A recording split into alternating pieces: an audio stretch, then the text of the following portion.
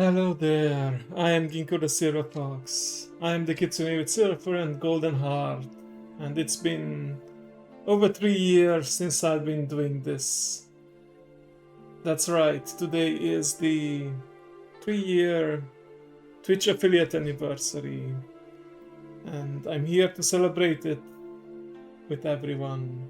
Hello Mao, hello. Nice to see you again. I hope you had a good Tuesday so far. Thank you, Mao. Thank you. So yeah, for those who don't know, affiliate is the first step when becoming monetized on Twitch. Although I have heard that very soon, if not rolled out already, Twitch is offering some options to be monetized before hitting the affiliate status. But for me, it's never been about the money, although I do appreciate making some extra funds on the side, so to speak. It's more like an extension of the streaming anniversary from April. And it was a nice surprise that I qualified for the affiliate status very close to my birthday now in June. So I consider it a very auspicious month, one would say.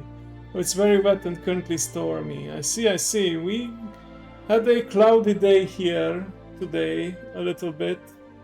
But now it cleared up mostly and it's starting to feel like summer once more. So I could show you some of that rain right about now. Maybe later on. Thankfully, it still cools down during the nighttime and evenings. So yeah, there's at least some silver lining, so to speak, to all the extreme weather. In any case, I thought I would celebrate today with some videos, some presentations, and let me see, am I forgetting something important? Yes, of course, I am going to unveil a new outfit for my model, but we'll get to that in a little bit. I don't think there's a reason to rush right now. Before I get started, though, with anything, I do want to point out, and as you may see already in your Twitch interface, is that June is, among other things, also Pride Month, and I wanted to dedicate this to more charity fundraising, same as last time and same as last year actually on Yuri's channel. It's for Birmingham LGBT. They're an organization to help the youth and, well, not just youth, people in the area of Birmingham who may need help with various mental health and other matters. I will be advertising it more during our Pridecast, which will be happening very, very soon. Stay tuned for announcements regarding that. But yeah, let's start off with watching some educational videos. You might see very soon why I picked these topics in particular. Alright. Silencing the music. The first video will be from good old Kota-san, who is here to teach us, this time in a more long video format. Well, not that long, it's about 8 minutes, about the Heian Samurai.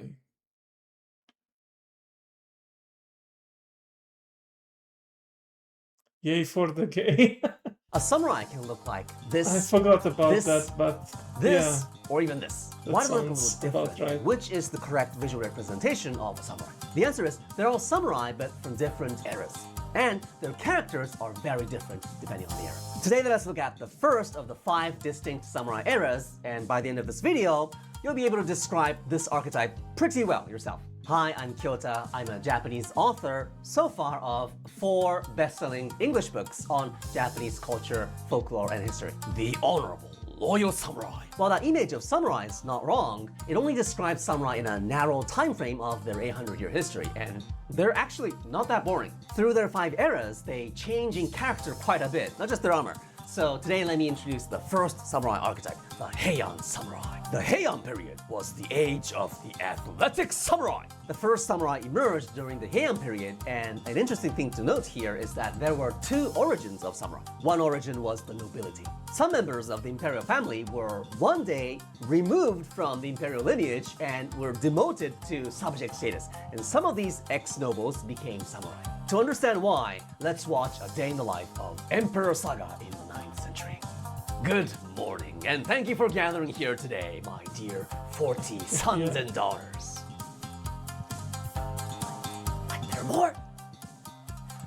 My dear 50 sons and daughters. When were you guys born? In this day and age of high child mortality, my advisors advise that I have as many children as possible because having no surviving heir may lead to political instability. And I'm the type who tries to enjoy the process of my duties, so things were quite lively behind closed doors, I must say. Who knew every one of you would survive? Ever since our individual royal allowances, which are generated by our limited tax revenue, have been growing smaller and smaller to the point that I smell poverty in the imperial palace. So we kind of realized that we need fewer members in the royalty. So from today, you guys in this side of the room will draw a line here. No, here. You will remain members of the imperial family. And the rest of you, you guys, good luck. You make a living on your own, okay? Don't worry, you guys can become samurai. I'll give you a cool family name. You can call yourselves the Minamoto family, aka the Genji Samurai. And that is how the first nobility-born samurai were born. Meanwhile, the rural areas, like another breed of samurai were emerging. The imperial court in Kyoto was the center of politics, and the emperor and all the important nobles were there. And to them, the city of Kyoto was the entire world. Anywhere outside of Kyoto was the land of lowly beings in their eyes. So although they claimed to rule over much of Japan, they didn't really care about what happened in the countryside. There was no police organization to maintain order, so there were bandits everywhere stealing crops from farmers. And there was no court system, so there were neighbor problems between provinces and villages every day. This was why village heads had to arm themselves to protect their land and property. And this was how rural samurai were born. They emerged because the imperial court did not protect its people. And soon, the nobility-born samurai, for example, the Genji samurai and Heike samurai, spread throughout Japan. The rural samurai welcomed the Genji and Heike samurai because they were descendants of the emperor. So they either married them or became their vassals and mixed. And these samurai looked like this. Their helmets were huge, and all of this weighed over 20 kilograms or 44 pounds. But it was okay because they fought on horseback, and most of the weight went to the horse. Now, I personally call Heian Samurai the athlete samurai because their fighting was more like a sports game with phases of play. Battles in this early era were not like warfare. Even if it was like 100 men versus 100 men, it was basically many simultaneous one-on-one matches. So when it was time to fight, one of the first things you did was find a battle partner. You had to call out your name and basically recite your CV. Like, my name is Kyota from Tokyo. My great-grandfather was an Eastern Genji samurai, and I defeated a Heike samurai by the name of Taira no Nagamori when I was 15 years old. You defeated my second cousin! You wanna... Oh, okay. Once they found a partner and the battle started, they first rode past one another on horseback. And just as they crossed, they shot an arrow at close range. They repeated this until one of them was defeated or they ran out of arrows. I'm out. Horseback archery, not easy. Okay, then phase two. And so in phase 2, they dismounted their horse and pulled out their swords. And usually they ended up grappling each other. So in the Heian period, there were something close to rules and guidelines they more or less followed. Even before the battle, it was customary to send each other letters to agree on a date, time, and place. And on the battle day, when they arrived at the battlefield, one side would shoot an arrow that made a whistling noise. This was called the kaburaya. This notified the other side that, we're ready. And when the other side was also ready, they shot a kaburaya back to say, we're ready too. Then the battle Very organized commenced. warfare. So that's Heian Samurai. And the samurai legends that remain from this time are like nothing but sports. The legend of Nasu no Yoichi. In 1185, the Genji samurai were fighting against the Heike samurai off the shore of Yashima. The sun was setting, and both sides were about to call it a day, because it's getting dark and it's hard to see each other. Just then, a boat of the Heike samurai appeared with a long pole raised at its bow. At its tip was a small fan dancing with the wind. A court lady stood there, sending a silent message. If you truly are the truly skilled samurai you think you are, strike this. The distance is long, the sea is unstable, and the target is small. So if this were a high school drama, it's like the Heike faction of boys challenging the Genji faction of boys on a half-court shot, and a girl is watching. So the Genji boys can't back down because it would humiliate them. But nobody on the Genji side wants to volunteer because, what if I miss? But then, a young teenage archer named Nasu no Yoichi stepped forward from the Genji side.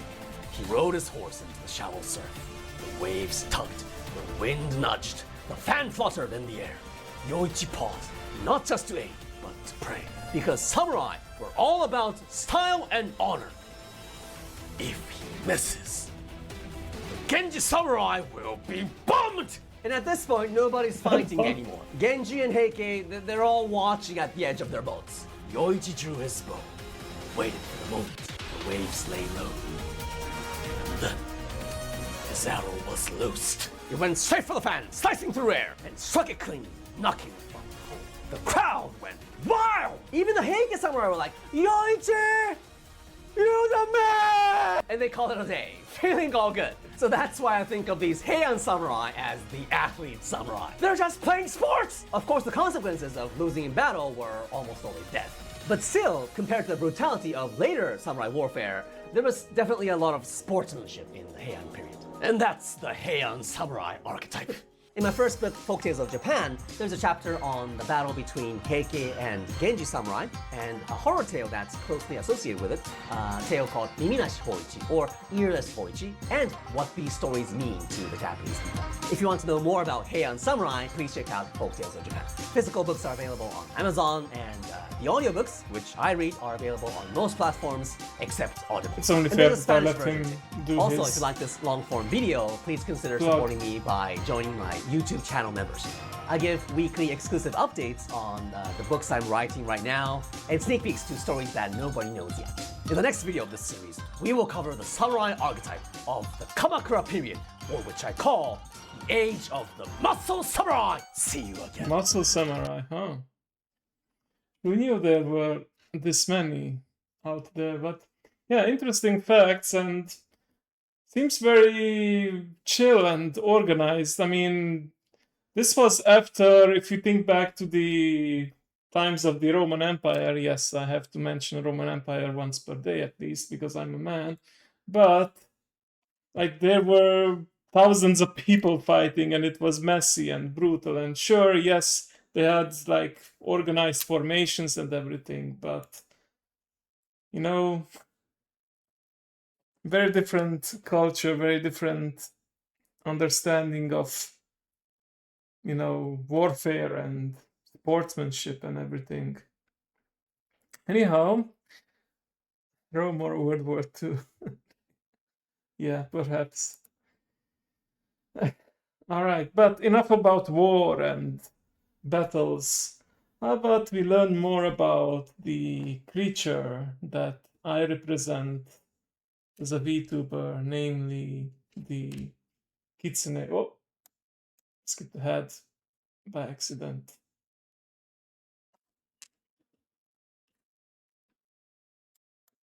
The kitsune is probably the first Japanese supernatural creature you hear about, but It most might people be. don't know just how much lore there is behind the kitsune.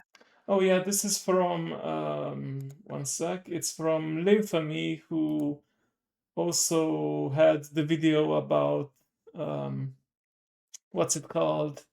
The onmyoji during our last Japanese lesson. Well, prepare to learn about all of it. And did you know China and Korea have their own supernatural foxes? After talking about the kitsune, we'll compare it to the foxes of those two other countries. So kisune means fox in Japanese. I've seen some people say that it means nine-tailed fox, but those people were sniffing glue. It just means fox. Some foxes are good, others are tricksters and outright evil. In Japanese folklore, there's no difference between normal foxes and supernatural foxes. All foxes become more powerful the longer they live. So the next time you see a fox in the wild, you won't know if it's a harmless creature or one with supernatural powers until it sleeps with you. Kisune are super What? lewd.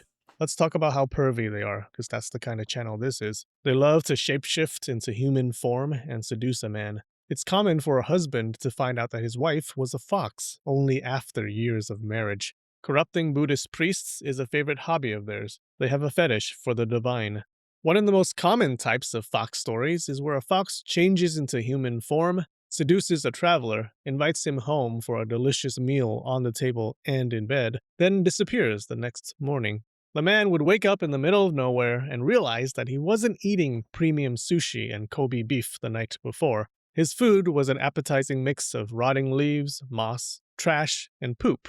Still, you may think that having to eat a bit of poop before spending the night with a kisune doesn't sound that bad, until you find out that if a kisune wanted to, it could suck up all of your life energy, leaving only enough for you to live a few more days. And then you would realize that it still doesn't sound that bad. Women aren't safe from these fluffy Japanese succubi either. Like your ex, foxes will sleep with anyone. Stories of foxes lying with women are usually quite assaulty. When a fox sleeps with a man, he always has a good time in the foxhole. When a fox sleeps with a woman, she'd often be in pain and be yelling for help. Foxes are rough in bed, I guess. The woman is usually really I sore would never afterwards in the do areas like of her body that that. experienced the most friction. A common remedy was to boil buckwheat in water and apply the liquid to her privates. Some say a fox will tell the victim how to treat the pain afterwards, maybe to make amends for what it did. What a gentleman. Yeah. Shapeshifting is the power that Kitsune are most famous for. Like the Tanuki, Kitsune can shapeshift into people or objects. Unlike the Tanuki, Kitsune don't have big ball sacks. A common ritual the fox uses to shapeshift is putting a skull on its head and biting on a bone. This It may part I also didn't know. cover itself with leaves and face the North Star and bow over 100 times, keeping the skull on its head. After this adorable ritual, the fox would change to a human. Younger, less Yeah, powerful kinda. foxes can only stay in human form for a short time, but older, stronger foxes can stick with their disguise for years. Now, a fox in human form can cause all kinds of trouble. Let me tell you what to look for to prevent yourself from getting seduced by a fox. Half of you degenerates just skipped to the next section, didn't you? Let's say you're at lunch, sitting down in McDonald's, about to swallow a quarter pounder with cheese when this hot girl walks up. So hot she could boil water and make enough steam to turn a generator and become a source of renewable energy if she wanted to.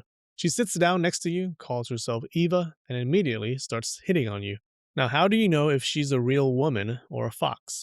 Well, this would never happen to you, so you instantly know she's not real. But let's pretend anyways. The easiest thing to do is to stare at her butt, which you're already doing, so off to a good start. Keep staring intently because sometimes a fox will mess up and its tail will pop out from beneath its clothing, Oh, your whoops. body through the underside of your Oh, fingernails, or through a nearby dog and have an answer for hang her or on. sleep. I The keep easiest thing forgetting to that if do is to I stare at her butt, use which some you're of my already doing, hotkeys, it so off also to a affects good YouTube. start. Keep staring intently because sometimes a fox will mess up and its tail will pop out from beneath its clothing. Sometimes you may also see some fur peek out from the collar or sleeves. Check out Eva's jawline because often the imposter's face may be more triangular, like a fox. You can look at her reflection on your cup of water. Water always reflects a fox's true form. Listen closely to her words. As It's seen hard for in foxes my to say certain intro. words, like moshi. They say this is why people in Japan answer phone calls by saying moshi moshi. The practice started because people wanted to make sure the person on the other end wasn't a fox. This is a very popular explanation for the origin of moshi moshi, so I can safely say that it's 100% BS. Another thing you can do is grab a nearby dog and have it sniff Eva. Foxes are terrified of dogs. Dogs can sniff them out. A dog's Of bark may be course. enough to scare the fox out of its human skin. One awesome story. told of a woman who realized that her lover was a fox when she saw that his manhood looked like a fox's manhood. Good for her, but now I'm concerned about why she was so familiar with fox dicks. What I'm saying is, check Eva's manhood. Another power that Kitsune have is possession. They can invade your body and Not possess you like a particularly. ghost. In ancient times, fox possession was seen as a real disease. A fox can enter your body through the underside of your fingernails or through your breasts. You know, I was having a good day until I discovered that fact, and then I had a great day. So, you can guard against possession by wearing gloves or not having breasts. This is why Yep. Asian women don't have breasts, for protection. A Hey. person possessed by a not so powerful fox will act really crazy. They will run around and yell weird things like, "Let me eat tofu." Tofu is one of the fox's favorite foods. But if a really powerful fox possesses someone, it wouldn't be as obvious. The victim would sometimes seem normal and sometimes seem weird, like they would have weird habits. These include eating only food that foxes like, staying away from people, only hanging out with dumber people, not allowing anything to touch their armpits, which doesn't seem that strange, and hiding hair in strange places around the house. They really do all manners of strange things. Supposedly, the victim can hear the fox inside them and can get into fierce internal arguments. Were these cases of fox possession in the old days mostly just cases of mentally ill people? Yeah. Most likely. Once a But yeah, it does seem really OP, right? Like when Fox can shapeshift, Fox can possess and hide inside other people. Like, good luck finding them. Of course, they do say that foxes mess up, and younger, more inexperienced foxes cannot do their disguises or possession for too long, or make it less obvious. But still, two very dangerous combination of powers to have. fox has taken over someone, how do you exorcise it? There were a lot of Yeah, I supposed mean, they are treatments that were yokai about as effective as wearing a mask under type your of nose to demon protect yourself from a shotgun in blast. One Japan. treatment was to smear fish paste all over the victim's body and have a dog lick it off. Because foxes are scared of Great. dogs, obviously. People put smelly things like sulfur under the victim's nose to drive the fox away in disgust. Sometimes people burned and beat the victim. Kitsune are masters of illusion. David Blaine is a kitsune. Combined with shapeshifting, they can pull off some really convincing tricks. There are stories of people being under the fox's illusion for years. Fox trickery can be really random. They're like teenagers who suddenly gain superpowers and are just going around doing psycho shit. Some of their tricks are just funny, like making people walk the same 20 steps back and forth, or shaving someone's head. Sometimes you can see a fox moving its tail around, controlling people from afar using its tail. But some of their tricks are totally Like not an cool, antenna. like trapping some poor schmuck in an illusion for years, duping people into entering the woods and getting lost forever, or making people go insane. Foxes are known to make these fireballs called kisunebi, or foxfire. Sometimes when Like it's my channel dark or when points. you're in the forest, you may see orbs of light in the distance. These are foxfire lights. Some say foxes can breathe flames or fireballs. Others say they hold animal bones in their mouths and make them glow. They can use the lights to lure people into dangerous places. Sometimes at night, if you're lucky, you may see a long chain of foxfire lights, often miles long, marching in the darkness. This is a fox wedding.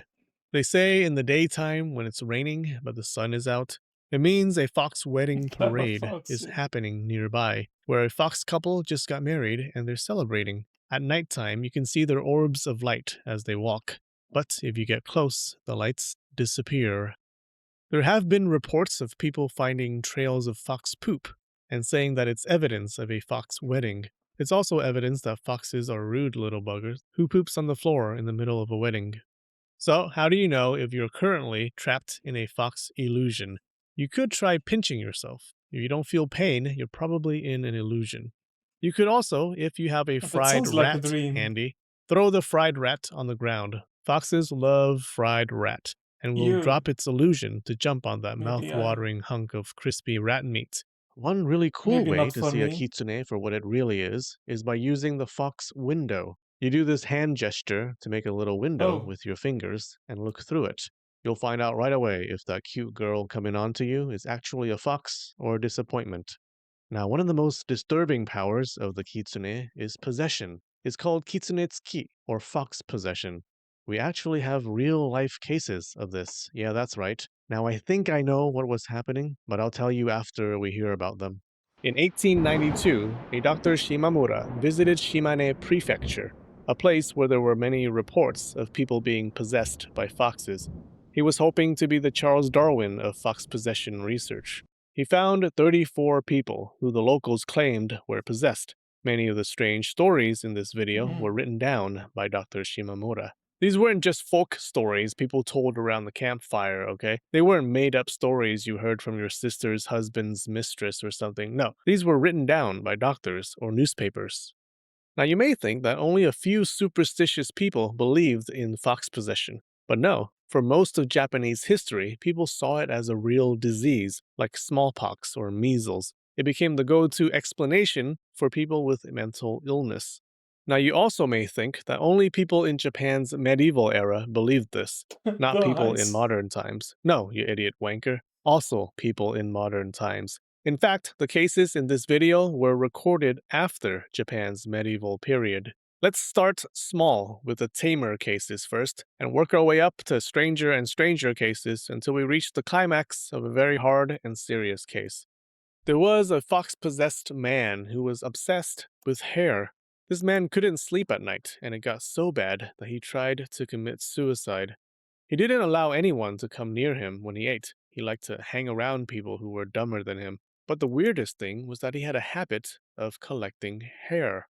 They may have been his own hair or even other people's, but he would collect them in the sleeve of his kimono. One day, someone picked up a pail that was lying on the ground and discovered underneath it hair. A lot of it. He had been hiding hair under the pail. It's not clear why, but kind people of a thought hairy he was hiding situation, his isn't it? fox fur. Another one of Dr. Shimamura's patients was a lady who had a fox in her head and stomach. This woman attacked a child because she thought there was a dog in the kid's stomach. After that, she stopped eating, drinking, or even talking to others. She always had this sinister smile on her face and talked to herself in a low voice. The woman told doctors that a fox Yeah, possessed that's her also the body. one. She could hear its voice coming from her head and stomach. It was sucking her blood. Apparently, she got this idea in her head when she heard a rumor that a sorcerer was using foxes in some magical rituals. Luckily, she came to her senses and left the hospital cured and feeling very stupid. In the mid 1700s, a possessed man drew a picture of a fox and wrote in perfect calligraphy that he dedicated it to the great god Inari, the god of rice and agriculture. Inari's messengers were said to be foxes. At first, this doesn't seem strange until you discover that the man was illiterate. He could only write while possessed. This piece of writing still survives until today in the hands of one Shinshi Kadawaki, passed down to him by his ancestors. Unfortunately, even though the writing definitely exists, we can't be sure that this event actually happened, or it was just a story started by some drunk uncle to impress his niece that he wanted to marry.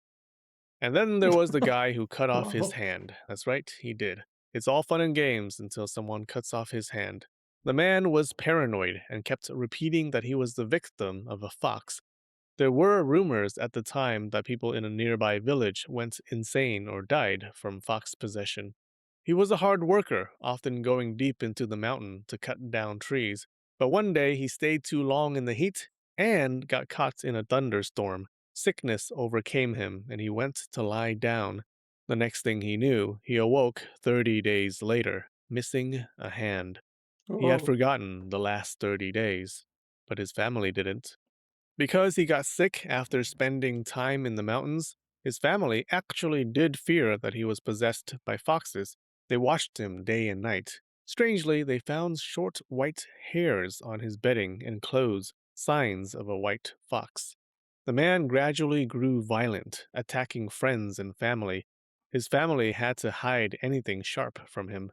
One day, he declared that he regretted hurting the people around him, and before anyone could stop him, the man took a hatchet and cut off his own hand. The doctors were stumped. They could not cure his missing hand, but they did manage to cure him of fox paranoia. Then there was the case of a man who tried to commit ritual suicide. He claimed that he Oh, could not speak, and all words that came out of his mouth were the fox's words. He felt the fox running all over the inside of his body. Sometimes he himself ran on all fours, making fox sounds. He became obsessed with hurting the fox, so he stuck his hand into a fire. But that wasn't enough. He took a knife and stabbed his belly, intending to commit ritual suicide. Luckily, he failed and oh the dear. doctors saved him. Unfortunately, the man left the hospital still believing he was possessed. This next case about fox exorcism was reported in a newspaper Imagine you're a doctor and you have to deal with a patient who's saying, I'm possessed by a fox, I'm possessed by a fox, I need to cut it out. Damn. in 1926. A woman had been acting crazy for a long time, so her brother and daughter decided to help her. They rubbed sulfur on her nose and eyes, hoping the smell would encourage the fox to get out of there. They also did this to the woman's mother, who also had mental issues. Apparently, they used just a tad bit way too much sulfur, and both women died. Afterwards, the brother and daughter called the police and turned themselves in. Sometime in the early 1900s, a Mm. sorcerer was called in to heal a mad woman. When he got there, this expert sorcerer concluded that she was possessed by a fox. Great, because that was his specialty. He tried starving the poor woman and rubbed pepper on her nose, eyes, and mouth to irritate the fox out. When that failed, he placed some metal tongs in fire until they became red hot and burned her body with it. He stabbed holes in the woman's breasts and belly. Oh After 3 god. days of torture, she died.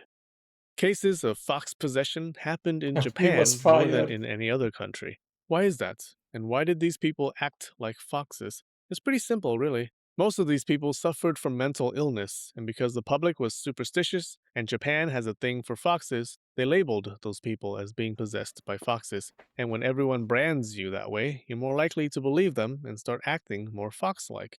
In areas of Japan where people had strong superstitions about other animals, like wolves or dogs, they blamed it on wolves or dogs instead. Now, the Japanese weren't the only ones with supernatural foxes. Since ancient times, Asian fox spirits have been a major part of the culture of Japanese, Korean, and Chinese furry communities, and a major part of the larger And furry. culture in these countries as well. Yes, other Asian cultures have fox beliefs too, but you can do a video about them. This video is about the differences between the fox spirits of Japan, Korea, and China. In Japan, they're called kisine. In Korea, they're called gumiho or kumiho. And in China, hulijing. So let's start this video about the differences I once created a World of Warcraft character, a Volpera, of course, named Hu Lijing. I looked it up, and yeah, it means fox spirit in Chinese. between fox creatures by talking about similarities. All three cultures have similar beliefs about the supernatural fox, especially nowadays when the world is so connected. Everyone's absorbing ideas and beliefs from other cultures. One thing you gotta keep in mind is that folklore is not an exact science. Not only can beliefs be influenced by other cultures, you can Ni often hao. find stories that go Ni against very hao. Ni hao. popular beliefs. Hello. There are exceptions to every folklore rule.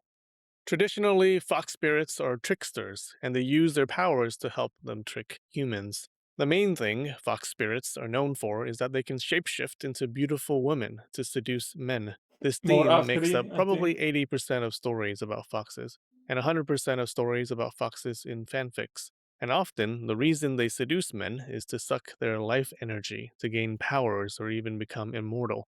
Sex is a big theme. If there's a fox in a story, it's probably trying to loosen some unlucky guy's pants.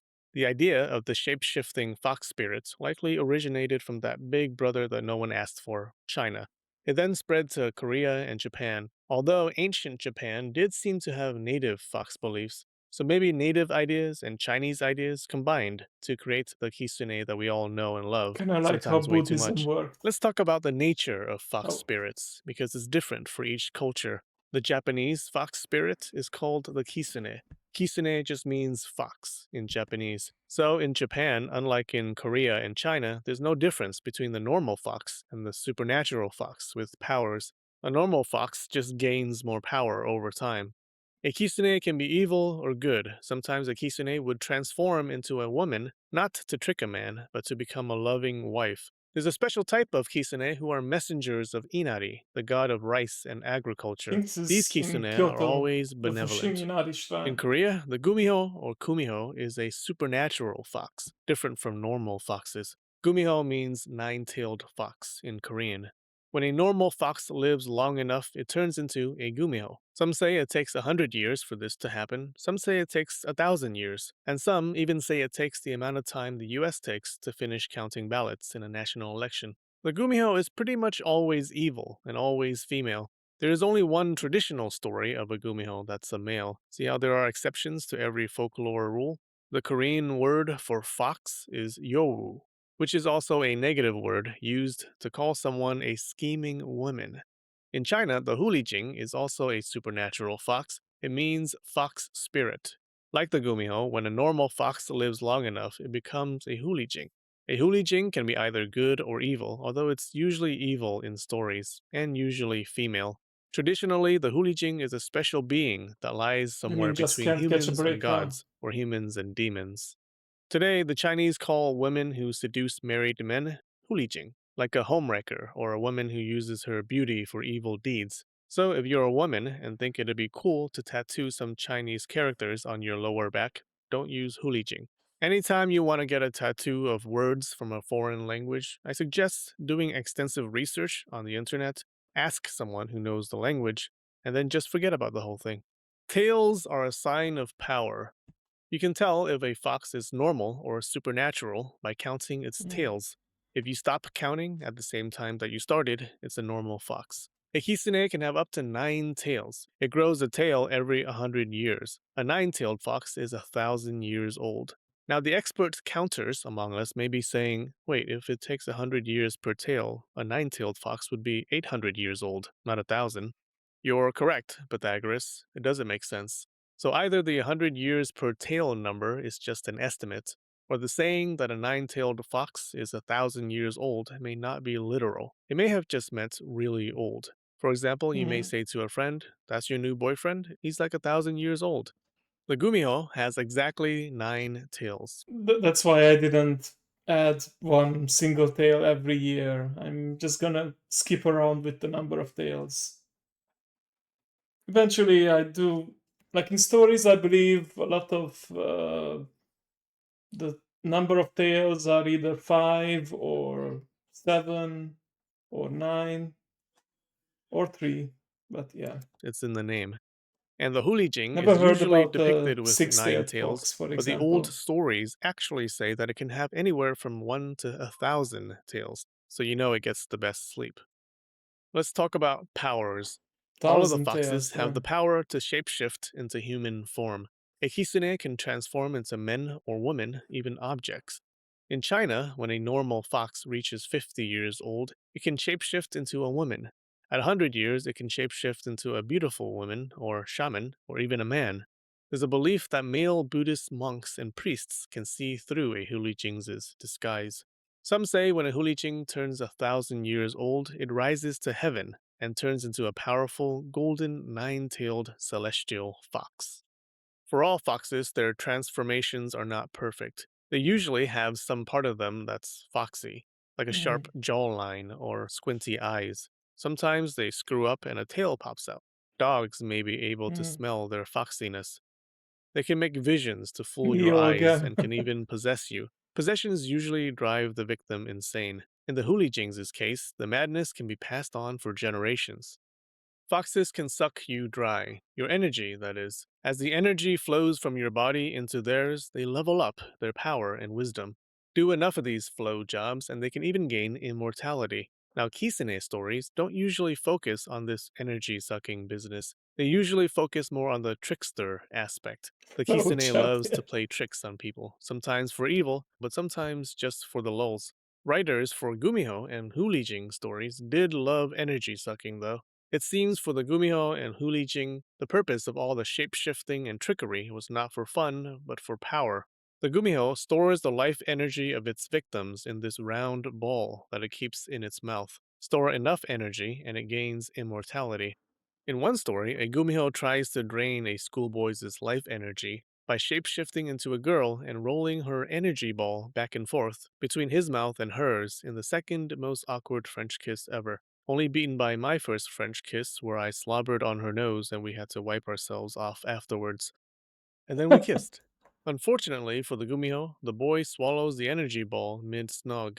It releases a stream of vast knowledge into his head, making him super smart. And then he gets the village to hunt down the Gumiho and kill her. In some stories, instead of sucking energy, the Gumiho eats the victim's organs, like the heart or the liver. It may even dig up bodies from graves to find a tasty heart to munch on. Some Wow, people are say they that if a zombies Gumiho now? refrains from killing or eating humans for 1,000 days, it can become human and lose its evil ways. The Hulijing is kind of like a succubus in that it drains energy through sex. It can also store the energy in a ball and carry the ball in its mouth, like the Gumiho, or on the tip of its tail. What's special about the Hulijing is that it can use its ball to heal the sick. Friendly Hulijing have been known to sacrifice their lives to heal people. And now for a bunch of random info. In the popular Is that story why I of the like to be nine-tailed healer fox in named Tamamo MMOs? no Mai, she seduced a Japanese emperor for years. He was head over heels in love with her, but he almost uwooed his way to an early grave because she was draining his life energy for years. But she was not always a beautiful woman. In one old version of the story, Tamamo no Mai was a 42-foot tall man. Just goes to show again how folklore is not an exact science. The Kisene's favorite food is aburage, or fried tofu. The Hulijing's favorite food is eggs, and the Linfame's favorite food is pho. The Hulijing were thought to be night animals and live in cemeteries. Both Hulijing and Kisene were said to live in old, abandoned Yeah, buildings. could One of be. my favorite random facts comes from an old Chinese book that tells us that foxes like menstrual blood. They would Oh find god. where women throw away their soiled rags every month and No! lick the blood from the rags. The writer then No! makes an educated guess that this is why foxes turn into monsters. There's something called kitsune mochi. Sounds delightful, right? Like a delicious snack.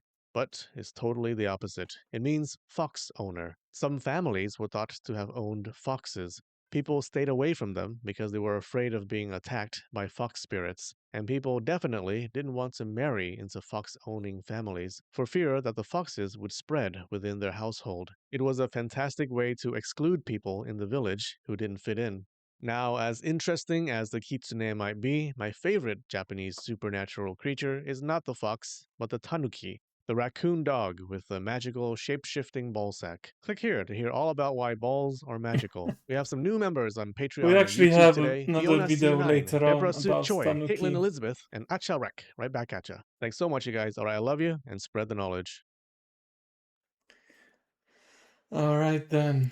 Well, I think it's about time for the reveal. What do you think? Magic was, yeah. Hello, hello, hello, Mother Chrome. Hello. Nice to see you again. You made it just in time. Let me put on the music.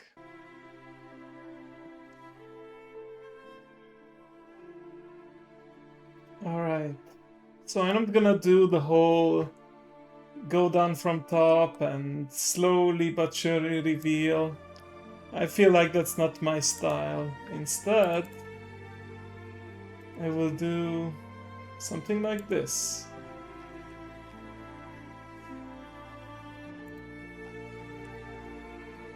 I summon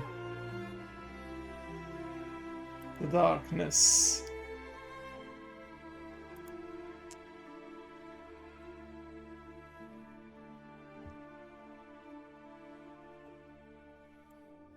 And then, what if I told you that I was actually wearing the new outfit all along?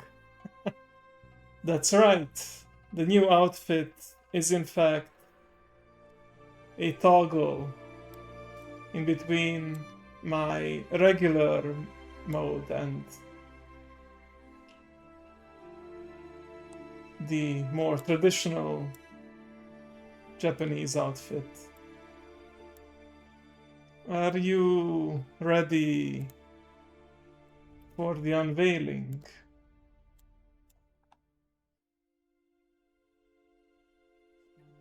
Yes, wouldn't it be very convenient if in real life we could just go like this and switch in between our clothes without so much of a hassle? Alright then.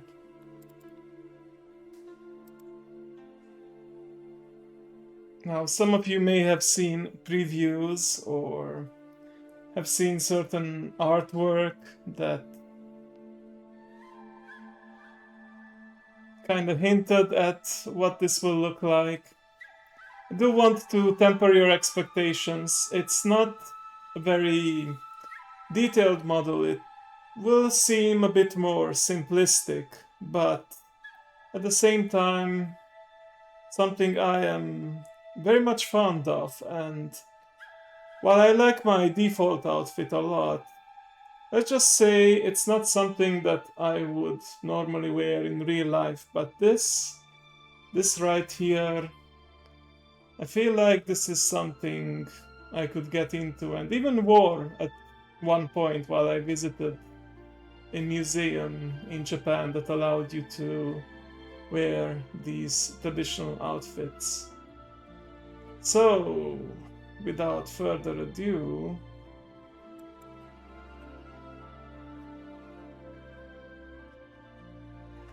hello there. I am Ginkgo the Silver Fox. I am the kitsune with silver fur and golden heart. And I like to wear traditional outfits like this one. I suppose I can zoom in and show you the details. Of course, we have the sandals. Yes, no longer wearing the boots. We have the simple kimono, the belt. The fingerless gloves are still on. It's a must for my style. And here we have the vest, so to speak, the shoulders that have very much a kitsune theme. It's probably noticeable, the eyes and kind of like the whole shape of it. And then, of course, the face is still the same. Like I said, the outfit is in fact a toggle, and I can switch in between my regular clothes and this at the moment's notice.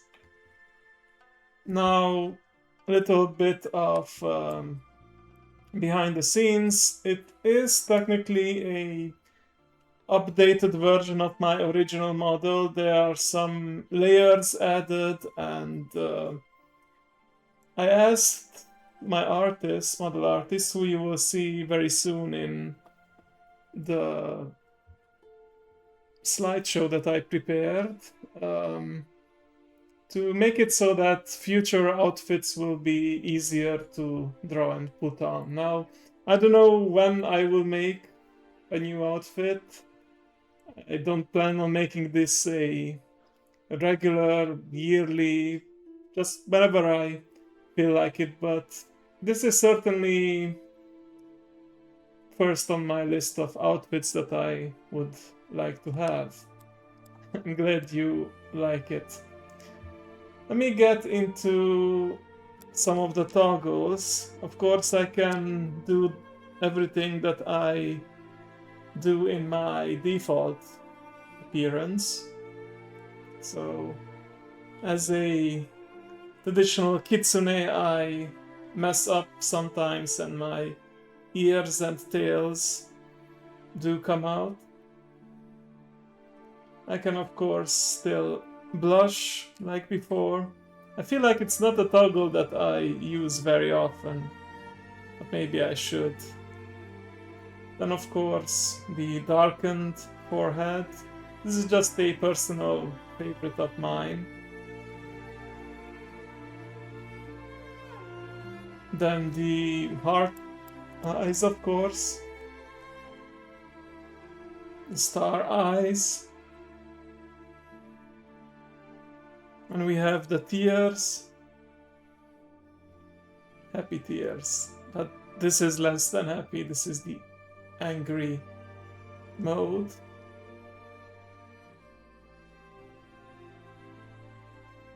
And of course, hang on, let me make sure I actually created the right thing for it. Yes, okay, cool. Alright. And of course, it's a must, but be prepared for a bit of unusual combination here, so I can still do the so-called chin toggle, like that's literally what it's called in the files. So I like to raise my hand like that, and the sparkles appear, like, yes, indeed. You may notice that this still uses my default outfit, not Chinko. That, I mean, you know what that actually means, but yes. So, unfortunately, I cannot use my new outfit sleeves for the chin toggle. I had to resort to the old one, but that gave me the idea that I can just say that I'm actually wearing my default outfit underneath my current one. Doesn't look too bad, does it? I do like to have this toggle on most of the time, so it would be probably in the corner like this. I don't know, it feels a bit strange to have my hands down all the time, but maybe this doesn't look so bad, having me in the corner here like this, looking at videos or games and such. Let me know what you think. But of course, we gotta get into some of the new toggles as well. And yes, they can be combined, although might look a bit strange. But let's get to them one by one. Let me double check something to make sure I don't mess this up. Yes. Okay. All right.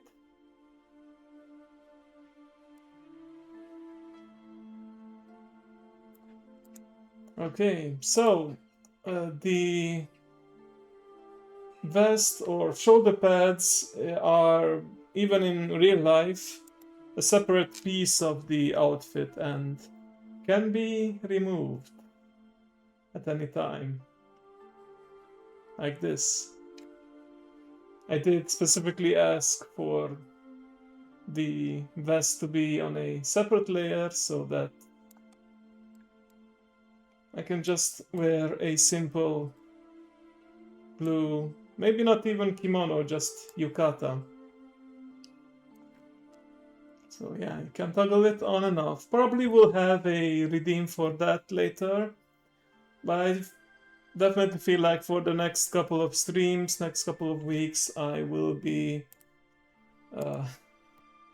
aiming to just be using this outfit. And there's another toggle that is, of course, very important, both for the summer heat and for many of the viewers' pleasure. Get ready, perhaps the most anticipated toggle of them all. That's right. I have now a shirtless toggle, but the vest stays on. It always stays on. So yeah. Here we go. This is still within TOS, isn't it? I'm pretty sure it is. I've seen people wear a lot less, whether it's male or female presenting models. Of course, the tuft of hair that's present on my main model is still there, as is the little anchor, the emblem of my model artist. Hot Fox, thank you, thank you. So yeah, I feel like, especially during these hot summer months, this is the appearance that I will be using a lot of the time, probably. You're wondering where the anchor was from? Yeah, you will see very, very soon. Just like how I asked you to add your black crow feather to my fox form, I asked my model mama to add one of her symbols to my model. So it's kind of like a Easter egg.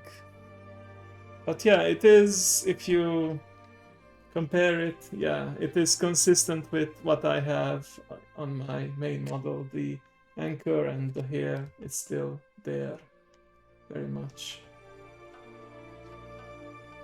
Oh, and let me silence the music. I've been experimenting with a feature here. You can add a sound clip whenever you use a certain toggle, so, and changing the outfit, it's very soft, barely audible, but listen to it for a bit.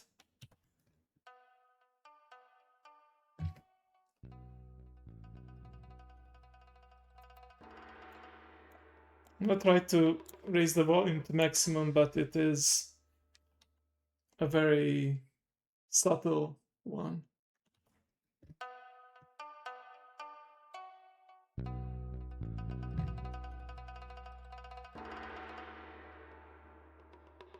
Let me know if you could hear that. Yeah, Japanese music, exactly. All right, well, let me just get comfortable over here. And I know it's not maybe the most exciting part of a show, but let's get to the presentation, shall we? Oh, should start over here. So 3 years affiliate. Let me put the music back on for this part.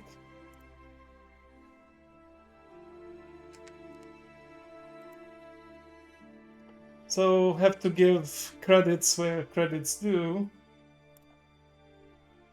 First, for the concept art of my main model, we'll always mention Mama Crow. This is actually a drawing of hers from the Safe for Work account. I think this was the safest image to put up here because, you know, looking at your usual profile, it's hard to find an image that is, you know, safe for Twitch, shall we say. And yeah, I also have her VGen account. I hope it's still up to date.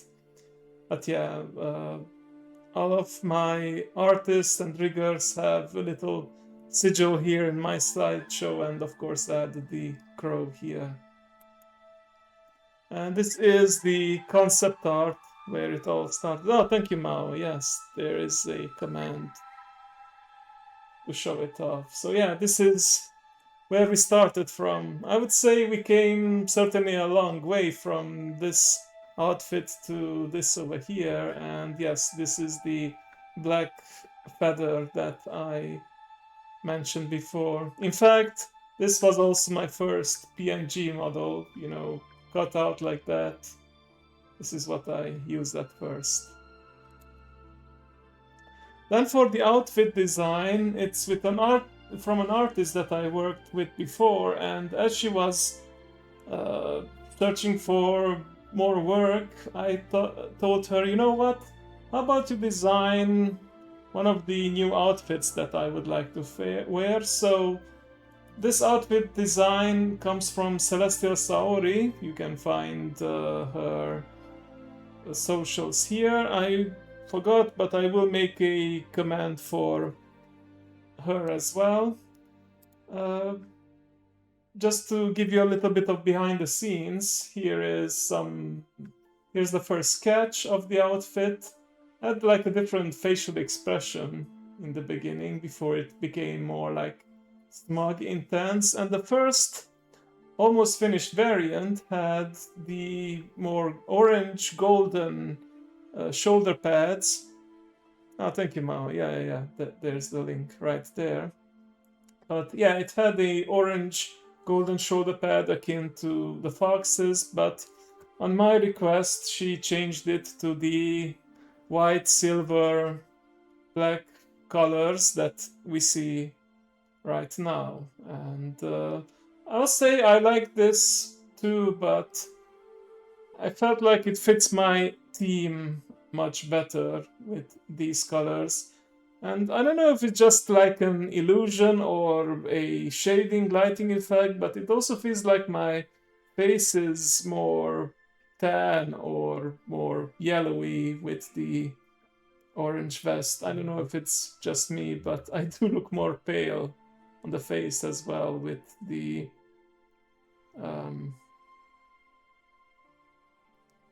it's color theory, yeah. Anyway, one little detail that I like is how, the eye, and then you have like how you can see kind of like the shape of a fox's face like this, and how part of the stash forms kind of like the nose of the fox. But let's move on to the model artist herself, and it's once again Mama Yoma Maho with her socials over here. I have a feeling when it comes to artists and anyone who's working on my models, I go by the saying, if it's not broken, no need to fix it. Thank you, Mao, thank you. Yeah, I mean, let's be honest, it's tough sometimes to find the right people to commission. I've heard stories so many times that about really popular and well-known and highly recommended artists sometimes scammed people and ghosted them and made people lose faith in artists altogether because of a few bad apples. So these next two came recommended through me to friends, people in the community, so I trusted them, and Yoma Maho made a good job with my first model, with the updated model, so I trusted her with the new outfit as well, and I think it looks better this way as well, to have the same model overall, just different clothes. Like that. And here's a little bit more behind the scenes. So I of course sent her the reference image with the design from Celestia Saori, but yeah, matching art styles, exactly. But it also all started from this outfit right here. We will be going into some details about these. Its collective name is Kamishimo for these outfits. But yeah, the first draft that Mama Yoma sent me had more of a pants rather than a kilt, a kimono skirt. So I asked her to update it so it actually looks like a kilt skirt / kimono. So that's how eventually we ended up with this draft, and of course after some shading and cleaning up, it is the art that you see now. And for the rigging, once again, Papa Manakarei. She's done a great job with the original model, the Foxkit model that Mama Crow drew me. Thank you once again, Mao. Glad to see all of these are still working. Honestly, I forgot to test them beforehand, but yeah, it's great. She's always done a great job, and she really uh, put up with me requesting some changes. Well, some of them you might say are corrections, but you know, I feel bad going back and asking for changes because they already put a lot of work into it, and I feel like sometimes I'm just splitting hairs. But I think it is important. She assured me that she should be providing me a product that I'm satisfied with. So yeah, she is indeed always welcome to make changes. So here's some more behind the scenes of changes that happened, and I don't show these to embarrass her or point out flaws or anything, but initially, for whatever reason, the legs, they had this weird, at least on this side, this weird graphical glitch, but she fixed it fairly quickly. And the chin toggle I discovered, well, this is how you test out toggles, expressions, parameters in VTube Studio, but I discovered that the chin toggle, yeah, just wasn't working. Oh, right, so initially the sleeve was still very much visible, and she said, well, I can't use the sleeve unfortunately for the toggle, so yeah, I told her, we can just make it disappear and use this like before, no problem. And then the other thing is that at first the shirtless toggle didn't feature the anchor or the tuft of hair, and this was just like a personal preference. I'm like, for the sake of consistency, we must keep them. So yeah, I think it's a very important detail to have around. But yeah, all of these is actually, I would say, months in the making, because for those who don't know, it takes time, of course. You have to get the concept art, you have to get the model art, and it's good to plan ahead of time because, your artist may be busy with other projects and you need to give them time. And yeah, I knew that whenever I have some kind of model update, whether it's a touch up or changes, more tails, different hairdo, all of that, I prefer to have that during special occasions like my anniversary. Yeah, exactly, art takes time. Real art, that is. But yeah, overall, I'm very satisfied with how it turned out, and I'm very excited to keep on using this. Now, let me just hide this for a second. Let me show you a bit more Easter eggs. So for the chin toggle, I don't think you can see it in this background. Maybe if I move over here. No, still nothing, but I can see it in VTube Studio. Like if I zoom in, nope.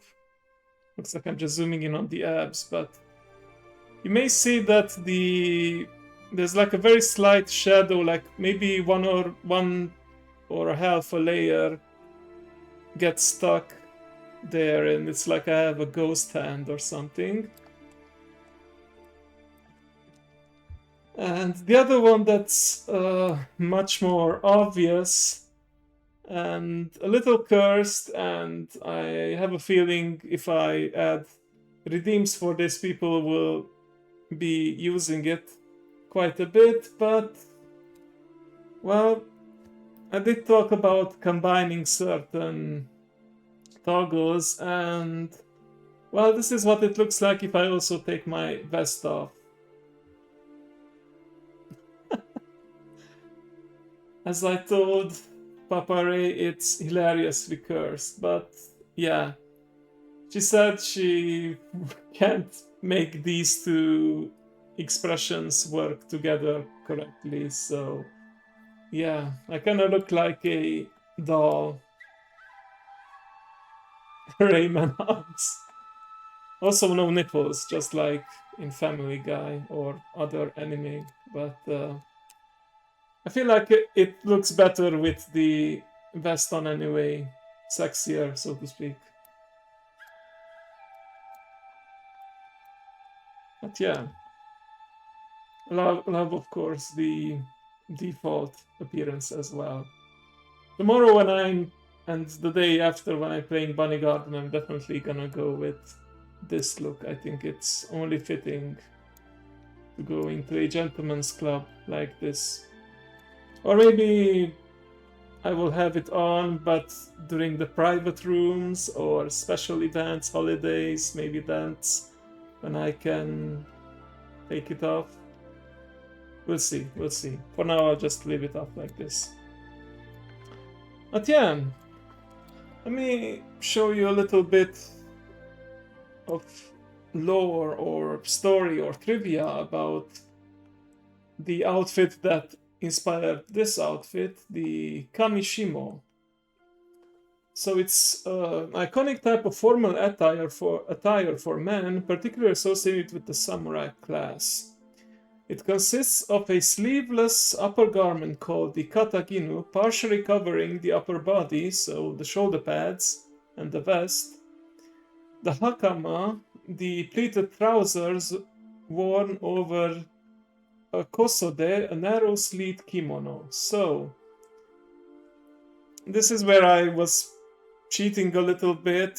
So I technically don't have a hakama, or it's like integrated with the kimono. Normally you put on the kimono, that's all one color, and then you have like the separate colored hakama and kata.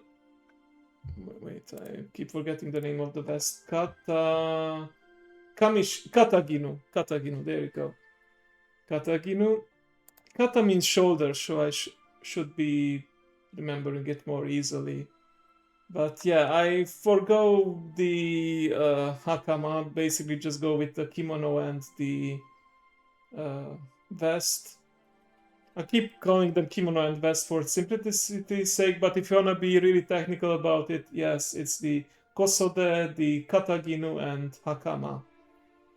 And the family crest displayed in the central back and both sides of the kataginu. In my case, it's the fox eyes.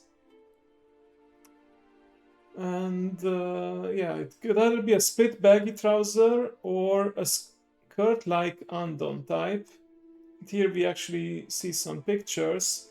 The roots apparently are during the Edo period, so the feudal samurai period in Japan. In fact, one of the great unifiers, Oda Nobunaga, is also shown wearing an early form of the kamishimo. Wider shoulders became fashion. I would say my shoulder pads are fairly small compared to some of the outfits that we see in traditional wear. And it continues to be sold. Yeah, you can get it for cosplay, for example. Which I might actually do for Vexpo. I'm still thinking about it. I will have to make sure I have the budget for all of it. But there are some fairly inexpensive outfits like these you can find online. I'm not gonna 100% accurately cosplay myself, but I would love to have this sort of outfit. And there's the Tsugi Kamishimo, where even though normally you have the same colored kataginu and hakama, here the hakama is a different color. In fact, other outfits integrate the hakama. For example, the Shrine Priestesses, the or shrine maidens, the Miko, have those red hakamas as well.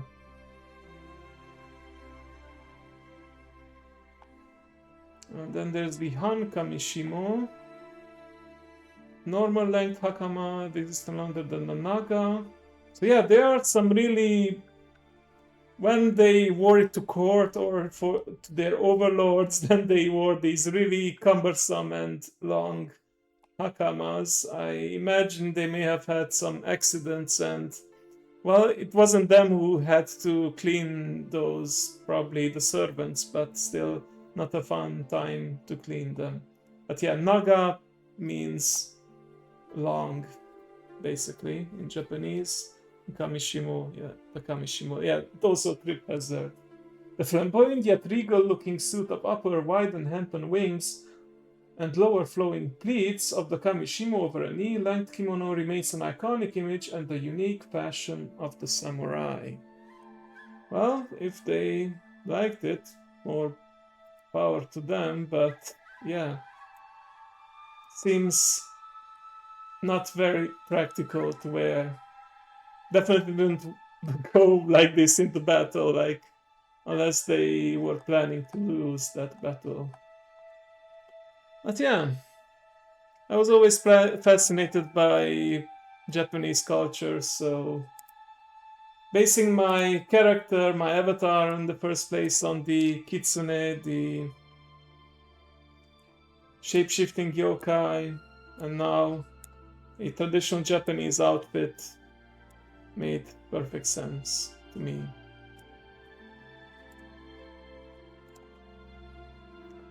But how about we watch some more videos? Speaking of Japanese culture and mythology, here's another one from, oh, started a bit too early, from Kyotako. Here's another one about Tanuki, this time. Rivals and similar tricksters and shapeshifters in Japanese folklore. In Japanese folklore, raccoon dogs, or tanuki, were thought to be mischievous furballs who played pranks on people with their transformation powers. For sport, but what makes them likable is that their transformations always come with flaws, and just they like the often foxes don't end up in the winning side. So here's one and the such huge balls, tale. yeah. Tanuki to Hikoichi. Once upon a time, there was a villager named Hikoichi who was the wittiest person the region knew.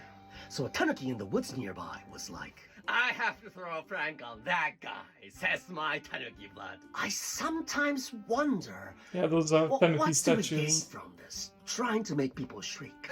That? I don't know. I tell myself it's our blood like 6 times a day. So Tanuki-san transformed himself into a human traveler to probe into Hikoichi's weaknesses. Who could that be? So late at night. So they really can't do anything about their tail and eye bags. You must be looking for shelter. Traveling man, who I can see is totally human. Come on in, have some hot sake. It's very cold outside. Thank you. During their conversation, Tanuki-san, or Traveler-san, asked, so does Hikoichi-san have a biggest fear or two? Like something that would terrify him to his bones? Daifuku! Oh, the sound of it gives me the creeps. How can something be so devastatingly mochi-mochi? I see you have a loose tongue, Hikoichi-san. The next morning, there was a pile of daifuku at the front door. It tasted good. Is it just me, or does he look happy? He is happy. Damn it! That night, angry Tanuki-san gathered all the rocks he could find in the village and dumped them all over Hikoichi's farmland. That'll get him upset. And the next morning... Thank God these were not horse dog! If they had been horse dog, nothing would have cheered me up. Not even Y Mocha Matcha Tea Latte Venti size. I see you have a loose tongue, Hikoichi-san.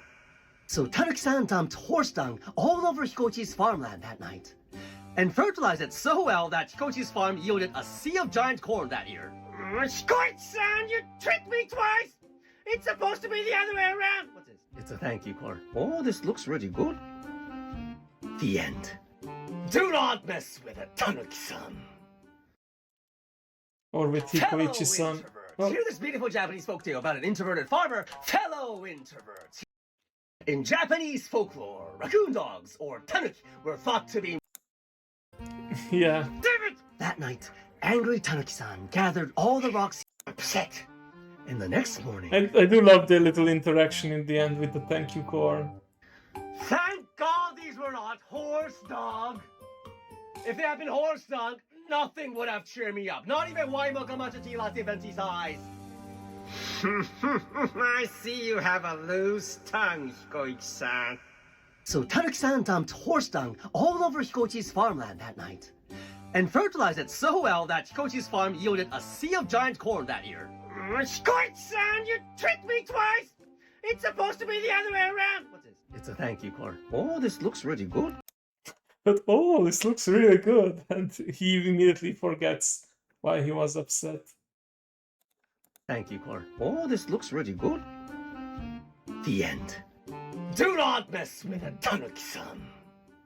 Fellow introverts, hear this beautiful Japanese folktale about an introverted farmer who saved a whole village from a tsunami based on a real person's courageous and thoughtful action. It also started Soymate as well. Namura no Hi, the fire in the rice field. Once upon a time, in a region now called Wakayama Prefecture, there was a man named Gihei in a village by the sea. He had become 30, but his introverted personality had kept him single. Aya-chan. I hope I can exchange smiles with her today. From a distance. On the evening of a local festival one summer day, everyone dressed up in beautiful kimonos and headed off to the local shrine. Maybe if I wear this daring kimono today, Aya-chan will notice me, compliment me, conversation will flow, and we'll get married. Oh, great Buddha! Please save my introverted bond! Oh, it's okay now. My grandfather used to say, after an earthquake comes tsunami. I can see the pillows! I need to tell everyone! The shrine's too far. I'm not gonna make it. What if I set these stacks of rice stalks on fire? Maybe they'll notice. Wait. This is Gonbei-san's rice field. Setting someone else's hard work on fire is not nice. I'll set my own rice field on fire. Oh. Hey, isn't that Gihei's rice field going up in flames? We gotta tell him! Oh, they noticed! Run! It's a tsunami! I have never seen him speak that loud! Run for your lives! On the way up a mountain, Gihei saw Aya-chan and her grandmother making little progress. Aya-chan! Did I just call her Aya-chan? You need to hurry! Gihei-san, but I can't leave my grandmother. But...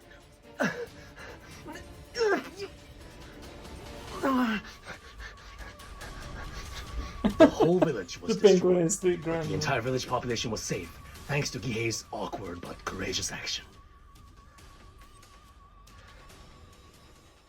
The villagers later worked together to build a tall embankment on the shore. Aya-chan was there to help the village's hero slash her husband, introverted Gihei. We may not be able to make combo, but we make things happen! So, introverts.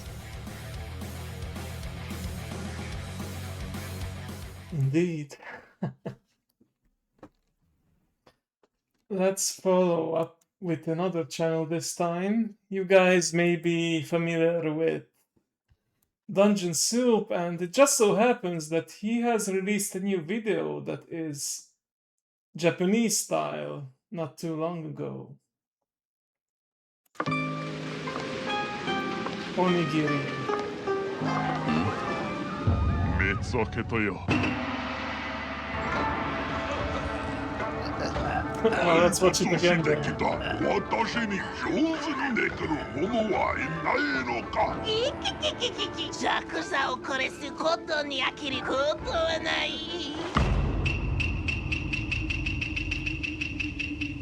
こんにちは。Konnichiwa. こんにちは。罪のないテレビと解放して降伏すれば私優しくしてあげよう。非常によく。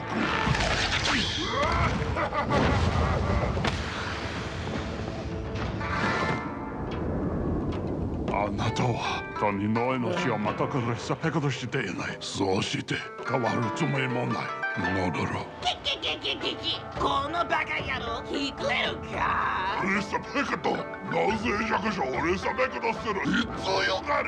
弱者はゴミ、大抹茶の我々は神だ。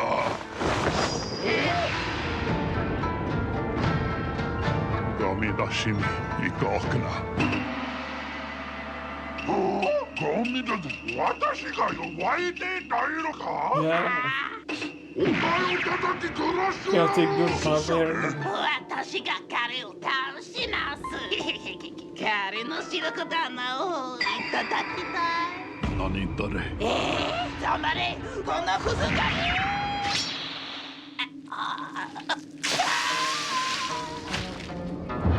こんにちは。ケブノさん、なぜそんなに時間がかかったの。遅れてごめんなさい。バルブ先輩、あなたは助けを必要としていなかったようですね。彼は非常に弱い。何、一撃で倒されるなんてインポッシブル。一体こいつらは何者だ。大きい方の注意をそらせば小さい方の不意を作れるはずだ。そして私のオーティメットテクニック、伝説スーパーディムのスールクラッシュレタック。そして倒れた仲間を痛み、私のディグルを忘れて用心は降伏するじゃ。その後私は自分の力で彼を撃ちまくすだろ。スーパーディムのスールクラッシュレタック。なぜ彼はただそこに黙って立っているのだろうか。おい、ワクチムはもうたのか。赤ちゃまを見てたわけじゃないよ。ただね、あそこを見て、スーパーディムのスールクラッシュレタック。攻撃を仕掛けたいなら2秒間も攻撃の映像を叫びつつ来るのはやめた方がいいんじゃないか。さあ、これから君たちの切断された手足をおにぎり。 If you don't know the Jellyfield Donuts jokes, it's a Pokemon translation それは冗 or 談ですか。 adaptation rather. お前をさらに1000の小さな歯へに蹴り刻んでやる。何。そしてそのピスを1000おにぎり。何。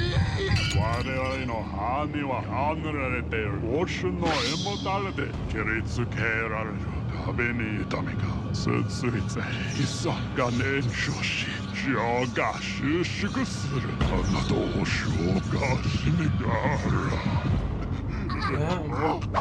彼らは大きいだ。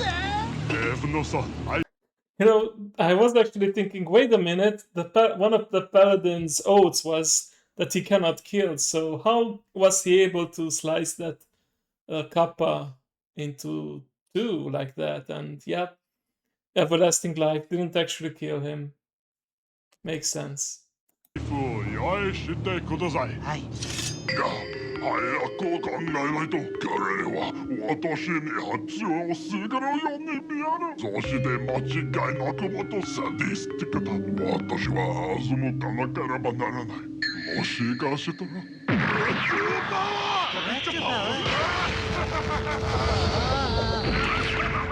いろんな答えでしょ。私の体がゴムだゴム。お前の友達は有力だ。もし攻撃しようとしたらこっちを答えてやろう。ケンノさん、さあ降伏しろ。心配しないで、バルブ先輩。私は彼を思い通りに操っとる。本能を感じろ。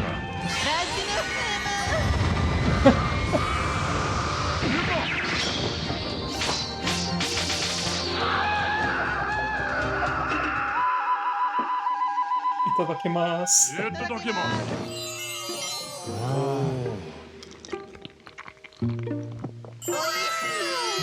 ーブのさんこれは今まで食べた中で最高の大食いだはい。お忘れてはならない食べなさいと思うよ気持ち悪い The leech is still there as well, of course.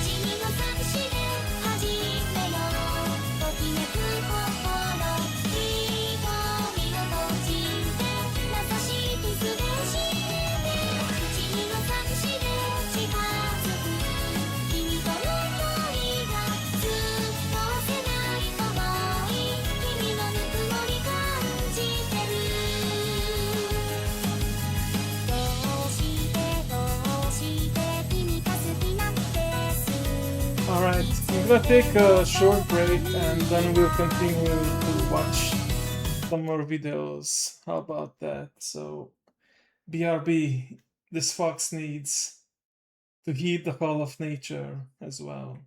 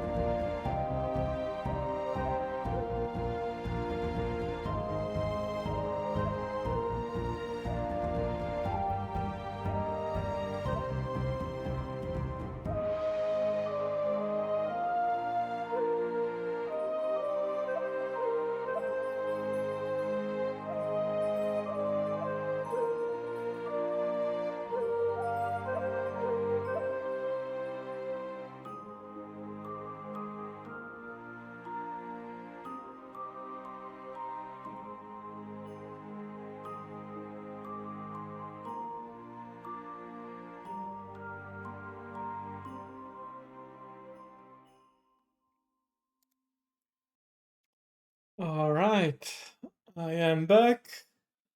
Also refilled my water, make sure that the fishing redeem still works, and created the command real quick for Saori. So exclamation mark Saori, and you have the link right there.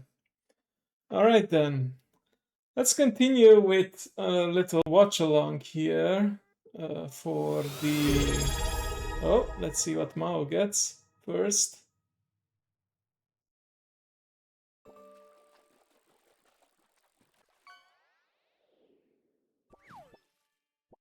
Cox kit. It's okay. I increased these chances, although I don't know how much they are actually increased for the epic and legendary catches, so we'll see. Hopefully you'll get all of them very, very soon. In any case, I thought we could be watching a little abridged anime video right here from Team 4 Star, the same guys that did Dragon Ball Z abridged and recently also done the Sailor Moon abridged videos. Yu Yu Hakusho is one of my all-time favorite anime, and there's actually a connection for today and to my character because it features a fox demon character named Kurama, who was, I'm sure, a heartthrob for many viewers. But in any case, let's see how they abridged. What? How many seasons was it? 3 or 4? I don't remember, but I know I watched it until the very end, and yeah, they condensed it into a 22-minute video. Yeah, and Kurama is also, fun fact, named after Mount Kurama in Kyoto, as is Hiei. There's also Mount Kurama and Hiei in the northern side of Kyoto, so yeah, just a little fun fact there.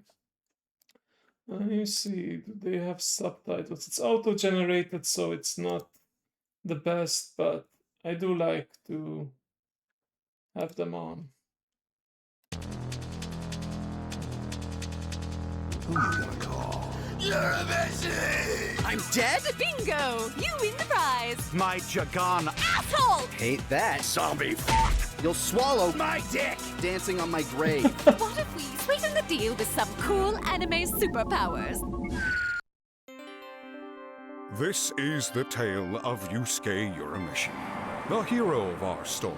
Okay, yeah, the subtitles kind of suck, sorry. I'd rather turn them off. You can hear and understand them well enough, right? But oddly enough, I'm dead? Bingo! You win the prize!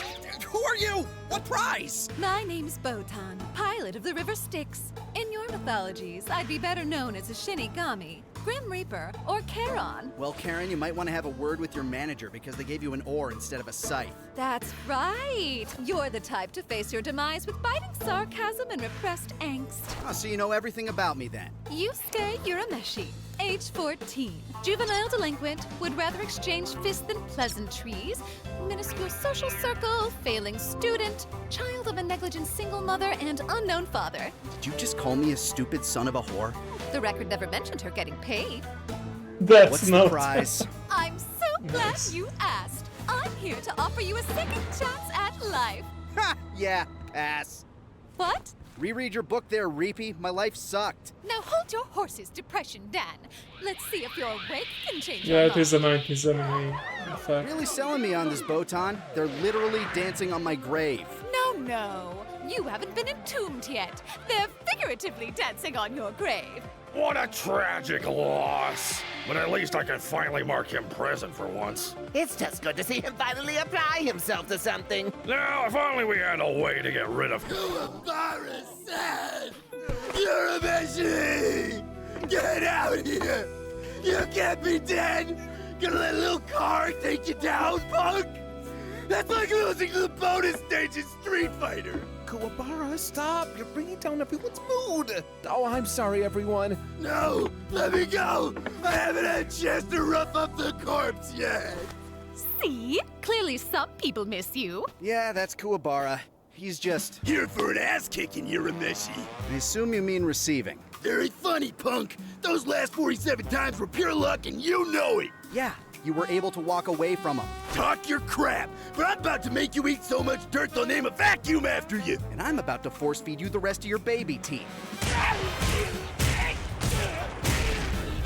Yep, best friends. Same time tomorrow, Kuwabara. You're gonna be roadkill, Urameshi.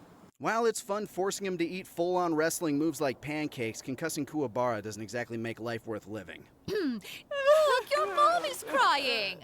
See, she's sad. Yeah, she's an alcoholic. When she's not drinking or yelling, she's crying. Hell, the last time we talked. Hey, Mom, home from school. Go play in traffic. Okay. Well, you must have had at least one good relationship. Yes, Kay! Keiko? Yes, Keiko! Tell me about her! What's up, Keiko? Yusuke, I know you'll never be an A student, but if you would just go to class, you could at least get a C. Well, I can see your A is coming in nicely. Wait, is this the same pair as yesterday? Asshole! This behavior is cheeky and charming. I hope you get hit by a car! See? I'm sure she'll miss your constant sexual harassment. Botan, you see that kid down there? Pretty sure the only good thing I did with my life was save him from that car. Oh, fuck off! Actually, he would have been fine without you. The car would They have actually swerved said at the that last in the anime. second. Oh, but look at Keiko. She's so sad. Poor girl. Okay, why the hell are you so insistent on bringing me back to life? Honestly, nobody expected you to sacrifice yourself for that boy, so we don't really have a place for you yet. That's a lot of words to call me an asshole. No, it's the polite way to say everyone thinks you're an asshole. I don't know how you are at reaping, but you really suck at sales. Okay, what if we sweeten the deal with some cool anime superpowers? Fine. All right, then. Hang on. After agreeing to Botan's bargain, Yusuke was brought to Spirit World and into the office of Koenma, Prince of Spirit World, where he'll plead his case. Yep, that about sums it up. Behold! Botan, why is this toddler offering me an egg in these trying times? Because, Yusuke, this spirit egg is your test. And I'm several epochs older than you, so... And how many epochs does it take to move past Pampers? Yusuke! Stop insulting the heir to the afterlife! He is quite beyond diapers. Yes, I use the litter box like a good boy, thank you very much. Are you guys doing this just to mess with me? I'm deadly serious. You'll need to pump this egg full of good vibes. Enough and it'll hatch, popping you right back into your currently vacant corpse. But if you fail, it'll eat your soul and shit you out on the kitchen floor like a bad boy. Very bad boy. Holy shit, why would I agree to that? 1, aforementioned anime superpowers, and 2, while you're arguably only the second best character in the show, it really wouldn't work without you. What show? The Hakusho, of course. Now, on your way. Get out of here. Oh, sure. And so Yusuke began his endeavor to earn back his life. His first task, convincing his loved ones not to destroy his body. Atsuko, I had a dream last night. Yusuke said he was coming back. You can't cremate him. I know. I went in this morning to slap him around a bit, but then I noticed his body was warm. That's... Hold on, do you do that often? What are you, my parole officer? Jesus Christ, Atsuko, get some help. Yusuke then moved on to fueling his spirit egg with good deeds. Hey, Kuwabara, I'm here to help you study. Finally showing yourself. I know that was you following me around all day, punk. Or should I call you Fredske Kruger Meshi? That's really dumb. You're stupid! I said dumb. Yeah, you are. You lost to a car. Hold on, do you think I fought a car? And it took you down. I bet you I could beat 3, 5 if they're Teslas. Kuwabara, don't fight a car. You're not my boss, Kruger Meshi. Hey, sorry to cut in, but your house is on fire. Nice! Mom must have fell asleep smoking again. Yusuke, your body is getting charred. Yeah, by fire. Fire hot. Heat hatch egg. You're educated by podcasts, aren't you? Go, my child! Okay, so you're an idiot, but I can work with that. How about Sleeping Beauty rules? Just get someone to give you a big old smooch. Come on! How am I supposed to get someone to kiss my corpse? Well, that was concerningly easy. Good thing my That's body actually still what works. happened. Figured a car would have done a lot more damage. Oh well, time to get back to normal. You there, young man? I can see the line of fate across your aura. Come closer so I may reveal your... Fuck off, Botan. What? How did you know it was me? Was it the voice? You didn't even try to hide it. Whatever, doesn't matter. I'm here on official business with the spirit world. We need you to apprehend demons who sneak their way into the human world. Oh, like this guy? Yes, actually. Where did you find him? Yeah, he was in some dude who was about to destroy Kuwabara's pussy, so I beat the horny bastard up and grabbed him. I was thinking about putting him in a jar or something. Feed him crickets. Do they eat crickets? I'll swallow your soul! You'll swallow crickets. I'll take him back to where he belongs. You just head on to school. I'm sure they miss you there. Welcome back, you zombie fuck! Yeah, this boxing club is really underfunded. Yosuke, we need your help! Holy shit, did you just stop time? My powers are as fast as they are inconsistent. Now hurry up! Kurama, Hiei, and some other guy just stole 3 powerful artifacts from the spirit world, and they're currently hiding in your city. Okay, what am I now exactly? Some kind of child soldier? No! no, you're a spirit detective. Do I get a badge? No, but I'll give you a gun. Just point your finger and shoot. Like this? No! Iwamoto! You had so many more kids to beat! Think you just committed Japan's first school shooting. Oh, that's so cool! Kurama, hey Kurama, what's this? Sword's so fucking cool. Did you see that, Kurama? Yes, Hiei, very cool. By the way, who's that? What? Ah, you remember me? I killed like 5 ogres on our way out of Spirit World. So, I killed at least 10. That was supposed to be a stealth mission. Yeah, idiot. Hey, I just figured we should stick together. Normally after a crime I'd hide at my buddy Jeffrey's island, but well, they got him. First, we are not a team. Yeah, this is a duo, not a trio. And second, I still don't know who you are. My name, you condescending little femboy, is... Keep that tone with me, Muscle Mary, and you'll only be remembered as Demon number 2. That does it.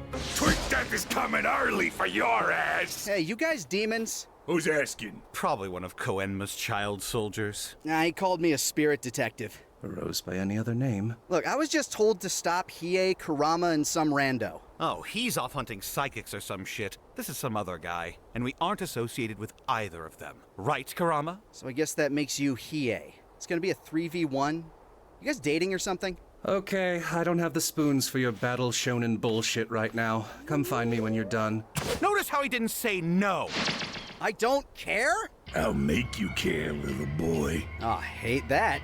I suppose I can convince you to turn yourself in? And give up my little baby paw? Hate that more. See, it sucks up the souls of sweet little children. So now all I gotta do is scoop my finger into this boy's soul, and I can savor it as much as I want. Stay down, Diddy. Do I look like an ephebophile to you? Bro, I don't know what that is. I'm in middle school. Exactly. You're not my type. But in this case, I'll make an exception. Damn! Diddler Demon's got hands. Wait till you see what this mouth can do. Sorry, too advanced for me.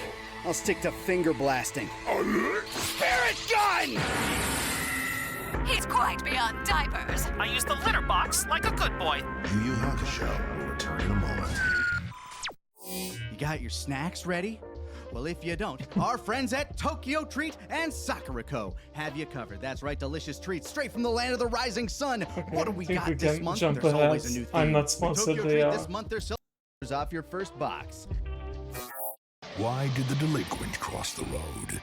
Thank you. To cross to the Thank other you, Dragon. side. TFS Hope has you're having a 2 good new day. shirts, Crashed Out and Finger Blasting. You can find both designs over on sharkrobot.com/Team4Star, along with the rest of their merch. Links in the description. Finger guns never looked more cool. You're stupid! That's a lot of words to call me an asshole. Yu Yu Hakusho continues now. Good job killing that literal child predator, Yusuke. It was the morally correct thing to do. Now we just need to focus on the 2 that actually pose a threat. And to help find them, I brought you this. This spirit compass will help you track sources of concentrated demon and spirit energy. Ah, a demon hunting Casio. That actually seems useful. For now, yeah. Ah, good. You finally made it, Yusuke Urameshi. Yeah. How do you know my name? I'm gonna save you some time. From this point forward, just assume I know everything you know and much more. You'll usually be right. Now, come along. Mother's waiting. Is that gay slang for something? Oh, Suichi, is this that boy you were telling me about? He doesn't seem that short, and he has a perfectly normal number of eyes. No, Mother. This is Yusuke. I'm just providing him context for my tragic backstory. But for that, we need more dramatic lighting. Okay, you boys have fun. I'm gonna go back into my coma now. What the? To the roof! You see, I was once a demon thief, but I was grievously wounded 15 years ago. So I had to seek shelter, hiding myself in the body of an unborn human. My human mother raised me, but now she's incredibly ill. I need the Forlorn Hope's power to cure her illness in a small effort to repay everything she's done for me. What happened to the baby's soul? Pardon? The baby's soul. What happened when you jumped in? I don't... Kurama, did you eat a baby? No, I think we just merged or something. That's not the point. Will you let me save my mother or not? Fine, what we do. We just have to ask the Forlorn Hope. Mirror, mirror on the ground. Who's the baddest bitch around? Girl, you know it's you! Oh my god, your hair looks amazing. I'm so jealous. Oh, thank you. I put a lot of work into it. Say, could you cure my mother of her illness? Oh no, poor thing. Yeah, she's getting married in the fall. And those hospital robes will not do for a dress. Exactly. Okay, let's just take your life and we'll make her all better then, okay? All right, let's do this. Whoa, hey you, what's up? What are you doing? For a smart guy, you're dumb as hell. I got an in with the Grim Reaper. She'd never let me die.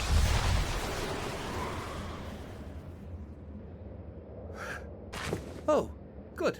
That worked. I hope. Mommy! For the record, I absolutely would have let you die. What? That's bullshit. You guys just hired me. Yeah, and I won't be enabling your suicidal tendencies. Dial 988 next time. Then why am I alive? Oh, that whole thing was just so adorable. I couldn't kill you. I love you guys. Oh, thanks. You're a real bro, Mirror. Aw, you're too sweet. It makes me fucking sick. What, Master? Koenma's latest bit of cannon fodder has a girlfriend. That means it might breed.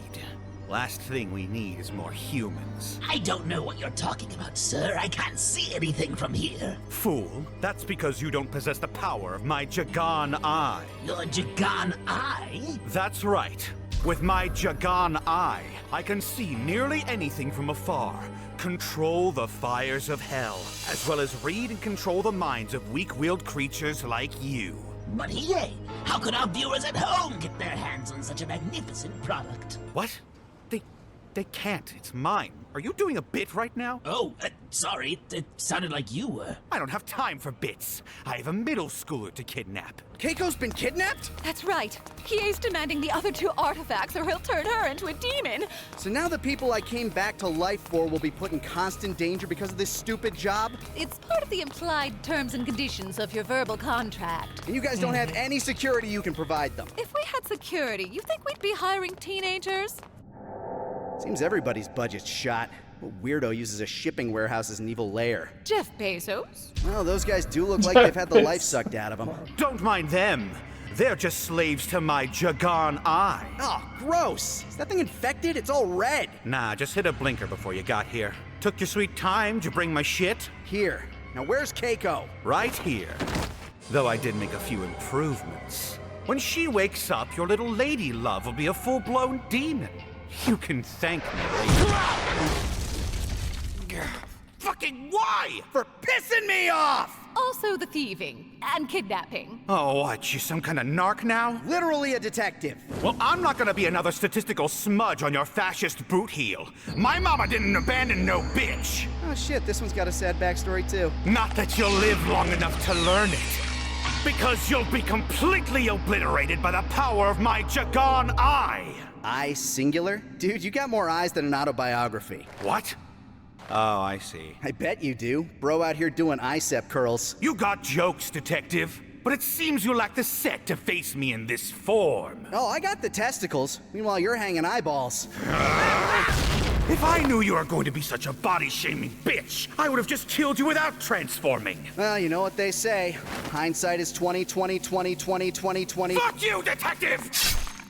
Kurama, This isn't what I meant when I asked you to be my sheath. Ah! My Jagan eye! You got blood right in my Jagan eye! Karama, you're clean, right? I mean, it's not a deal breaker if you aren't, but I deserve to know! Hiei, this little tantrum is beneath you. Also, you look ridiculous right now. Right? Man's gotta use goggles for elbow I pads. think he never transformed after this part in the series. Maybe there was now, one detective. flashback All your words in which mean they showed nothing in him the in face this of a form. true demon's might. Now all you can do is flee from the overwhelming power of my Jagan eye! Jagan my dick! Spirit gun! Ha! Did you really think that would hit me? My Jagan eye makes me far too perceptive to fall for such an ocean. Ah! Useless ass elbow eyes, sweet merciless Makuro that fucking hurts. I'm never using that form again. Thank God. And thank you again, Mirror Bro. You shot me? Why? I thought we were friends! Oh, God! Is this what dying is? Is this what I've been doing to people? Looks like with Hiei put away and all of the artifacts returned, mostly intact, I'd say you get a C+ for this one, Yusuke. Look at that, Keiko. You were right after all. Glad to know. Now try doing it in class so you don't end up a kick streamer. Keiko, cut me some slack. I just saved your life. After I restored yours, so hold that. Boy, she got your ass. Yeah, and as far as I'm concerned, she's the only one that can. Keiko, wait up! And so, with his first case complete, Yusuke takes some time to live his restored life. But what dangers await him in the future? Find out next time on Yu Yu Hakusho. Why do you do that? You know I'm watching too, right? I can see everything that's happening. Oh, just helps pass the time, I guess. Okay, it's a bit weird, is all. Well, I mean, does it bother you? A little, sometimes. Oh, I didn't. I mean, you just it doesn't always. never It's just really, a little much sometimes, you know. You never really I said can anything see it all is happening. all. It's called Yu Yu Hakusho, not Yu Yu Hakutel. Fun fact, they did reveal at the very end that the narrator was all along this guy, so yeah, they are referencing that. in the Sometimes. scene. Oh, I didn't. I mean, you just it doesn't always. never It's just really, a little much sometimes, you know. You never really I said can see anything it all is happening. all. It's called Yu Yu Hakusho, not Yu Yu Hakutel.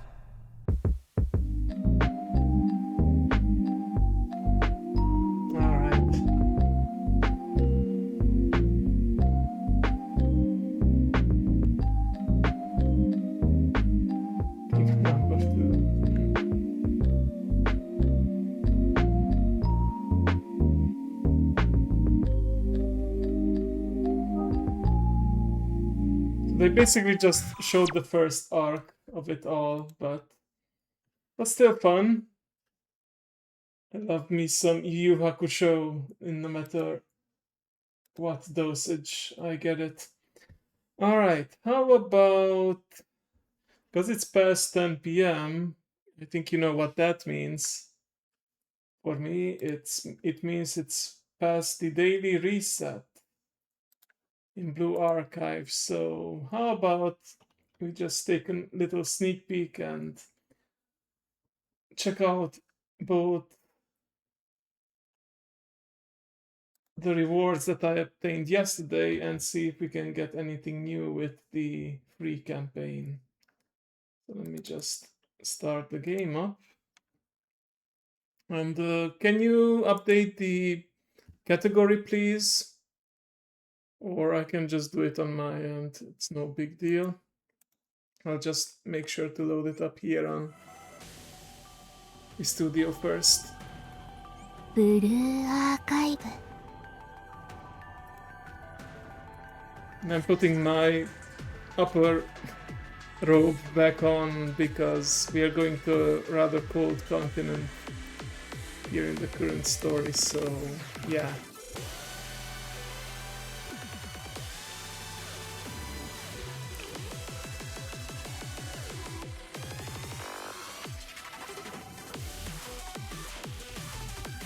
Ginko 先生、今日もよろしくお願いしますね。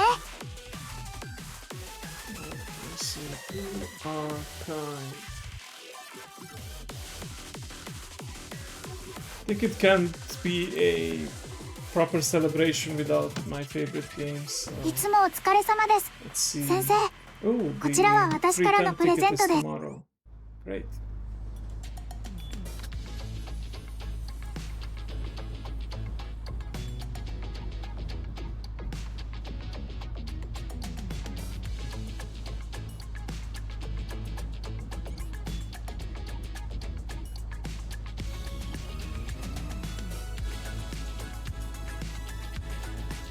Alright, you know the drill by now. Let's get through the dailies and we'll see then if the raid event made any more progress and also what we can do with our free recruitment points.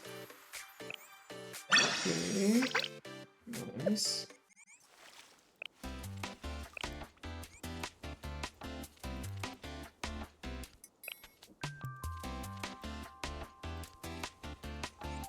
Go.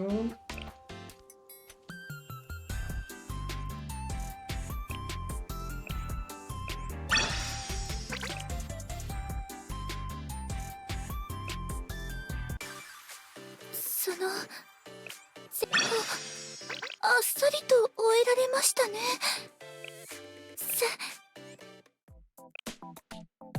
Alright, let me just breeze through these daily tasks real quick. Before I forget anything. そのもう終わったのですか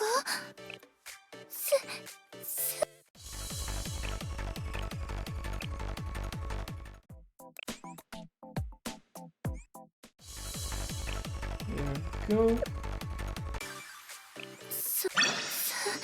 さすがですね。 Oh, maybe it's only the weekly task as well, so I'm gonna probably pop back in there after this. Nice.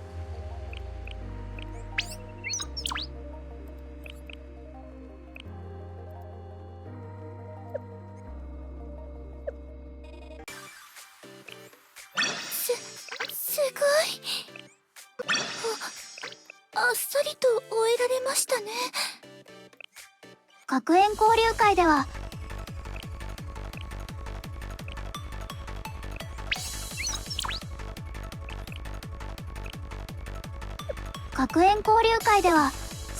Yeah, I think Dragon had to go, but yeah. He was there for the Yu Yu Hakusho video. I hope you don't mind if I switch to Blue Archive, at least for a bit, to get through my dailies and also see if I can get any new rewards today.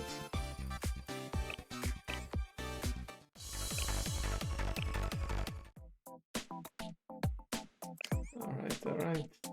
By the way, Mama Crow showed it off to me yesterday after stream. She also managed to get both limited time characters, Himari and Rio as well. And she did it without the pity pool, so very lucky. Maybe I inherited my luck from her, actually. Who knows? 銀子先生、さまざまな授業 Yep.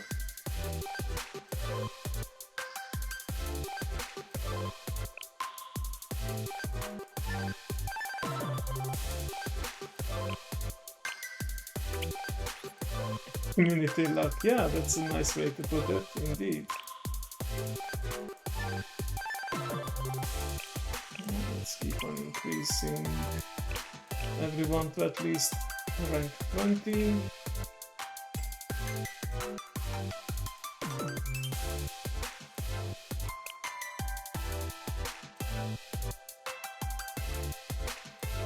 Nope.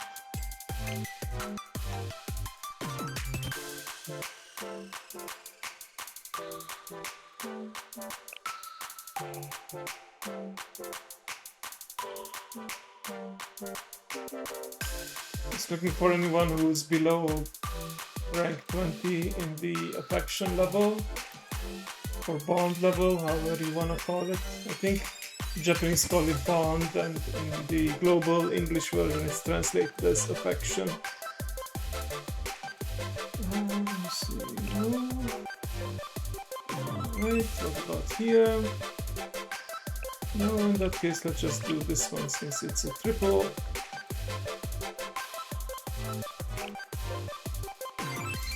Right, and I believe this is the last area, so... yeah. Let's just spend the rest of our tickets now.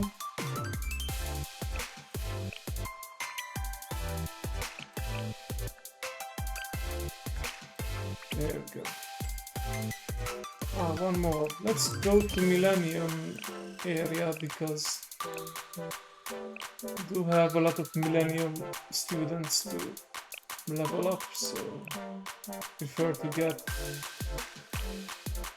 these items, the tech notes and tactical CDs. 先生が悪の行いをしたらその時はいやそんなはずありません先生は正義そのものですから Well, I think it's for roleplay ここでは reasons 先生がスケジュールを決められます to have people somehow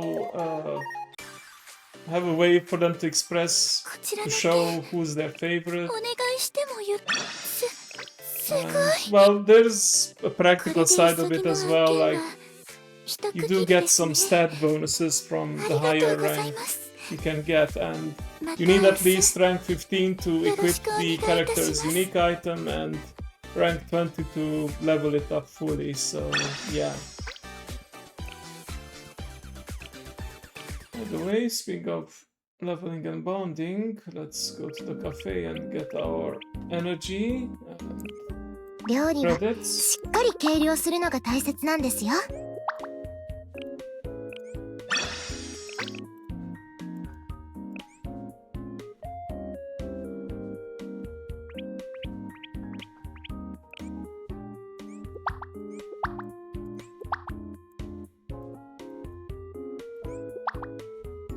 Go.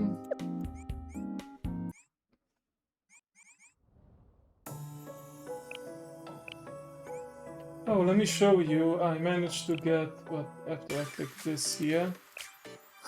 Get bonus stats, maybe some outward. Yeah, exactly. Oh yeah, there's Rio. Overheated. Jump scare.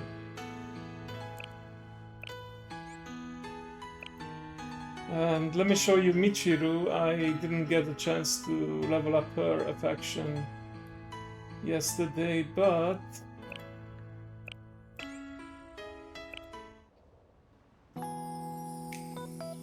hey, that's a Tanuki statue, I believe.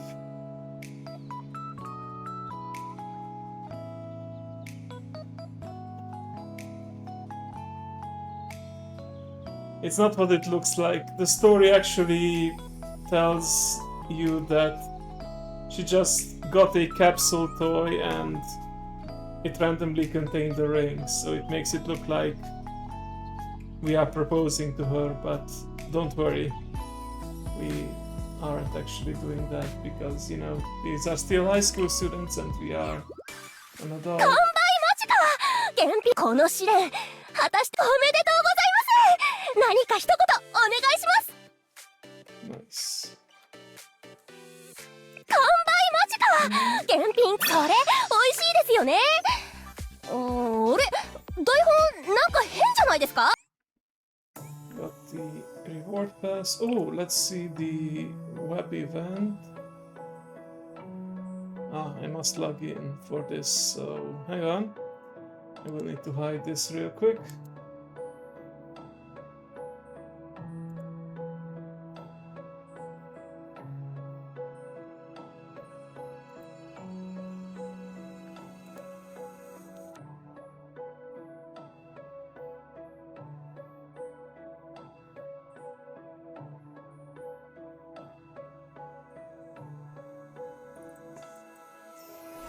Alright, there we go. So every now and then, as part of a promotion, you get these web pages where if you click on stuff, you get some in-game rewards. And the first one was to basically find the different equipment. This time the clue is I have no name nor halo, but I'm still here. So probably the robot. Ooh, 200 pyros. Nice. He found case supplies. Excellent. Thank you, Kay. So that should arrive now in the mailbox. The thing is, the game designers, developers, they can just send us free stuff in the mail anyway. This is basically just to farm more engagement with their socials, so yeah, there you go. Sometimes they also make you enter coupon codes for the free stuff. In any case, let's spend all this energy that we have. Currently there's a double reward campaign going on for commissions, so this is a good time to fill up on energy credits as well as some level up items. There we go.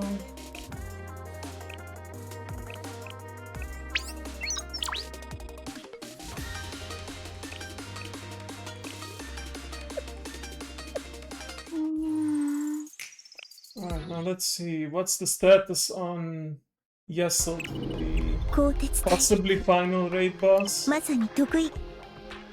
Predicted that it would go around the same time this time to 0, but yeah, it's 19%, not bad. It is a bit of a challenging fight with how you need to remember the patterns and not to destroy too many pillars, get the right color, and also DPS check at the end, but I think I've mastered it to the point where I can do the fight in 2 tries, so I have to spend 10 tickets and then 1 extra ticket to finish off the remaining HP. 先生、灯火を破壊すると多用する色のエリアができるみたいです。失礼します、シュカパー。コンプリート。確認。適切なエリアを生成し、攻撃に対応してください。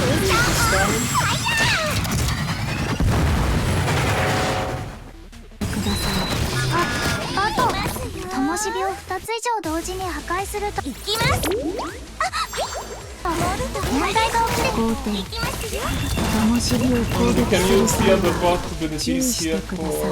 Some extra DPS. Oh, not this one though, because it's AoE and might hit something that I don't want to hit. これはどうでしょう。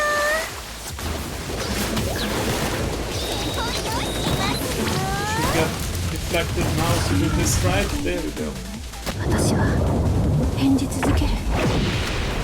捕虜を Alright, 慰 now と let's いう fire のか。 everything at it.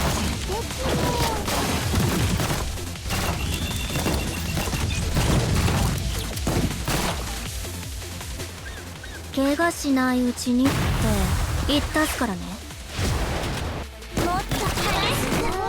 涼しいですね。喜んでいただけると嬉しいです。いきますよ。 Got the area as well. Okay. This time we'll definitely need to get red.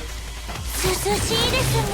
Now the thing is, you can actually, you don't need to destroy exactly one column of a certain color. You can also destroy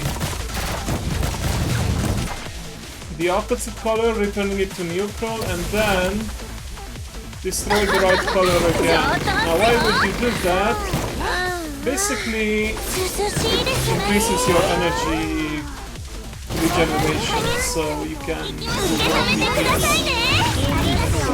just want to make sure you don't mess up and still get the right color in the end. もうどうにでもなるっす。逃げないでください。夏はそうでないと。ありがとうございます。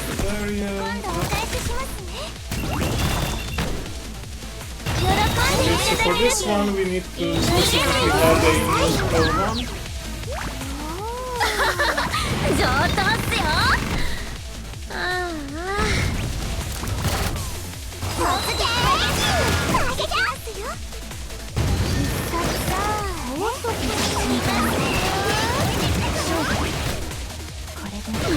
どうにでもなれっす。夏はそうでな涼しいですね。涼しいですね。どうなっても知らないよ。さあ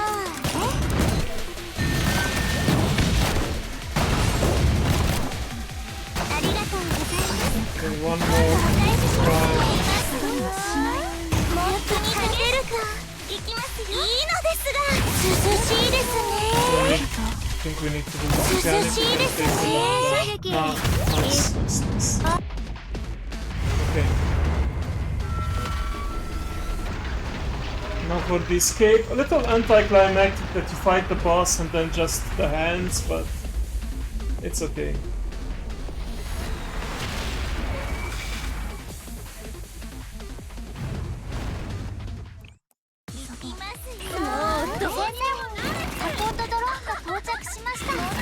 Oh, the hands and some pillars as well, but yeah. 脱出してほしいとのことです。はい、先生、脱出式をお願いします。もうどうにでもなれっす。もっと激しく。支援射撃。いくっすよ。突撃。夏はこうでないと。Soon our time expires, so can't finish this in one go, but it's fine. Okay.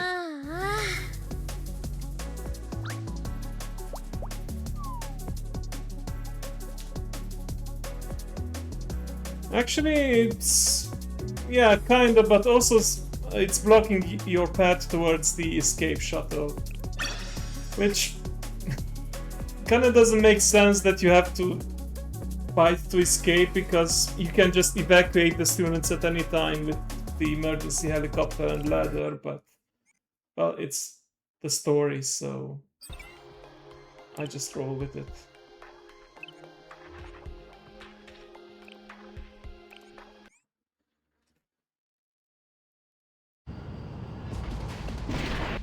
You may notice after a while it's trying to crush you with the other hand.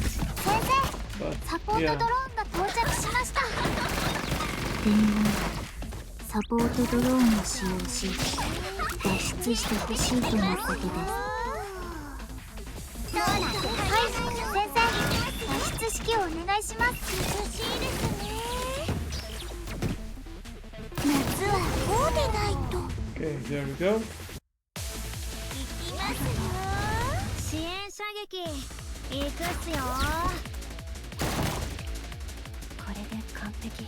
So these pillars here can't actually be taken down by conventional damage. You would need to apply CC, which I'm sorely lacking right now, so I'm just DPS racing to try and get the arm down before they get to full health, because if they get to full health, that's bad day for me. You'll see. Although I can buy some time with the shield.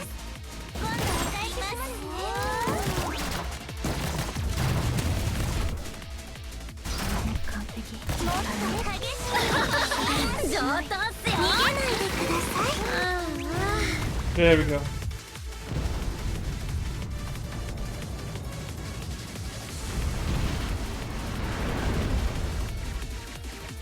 And we escape before it explodes.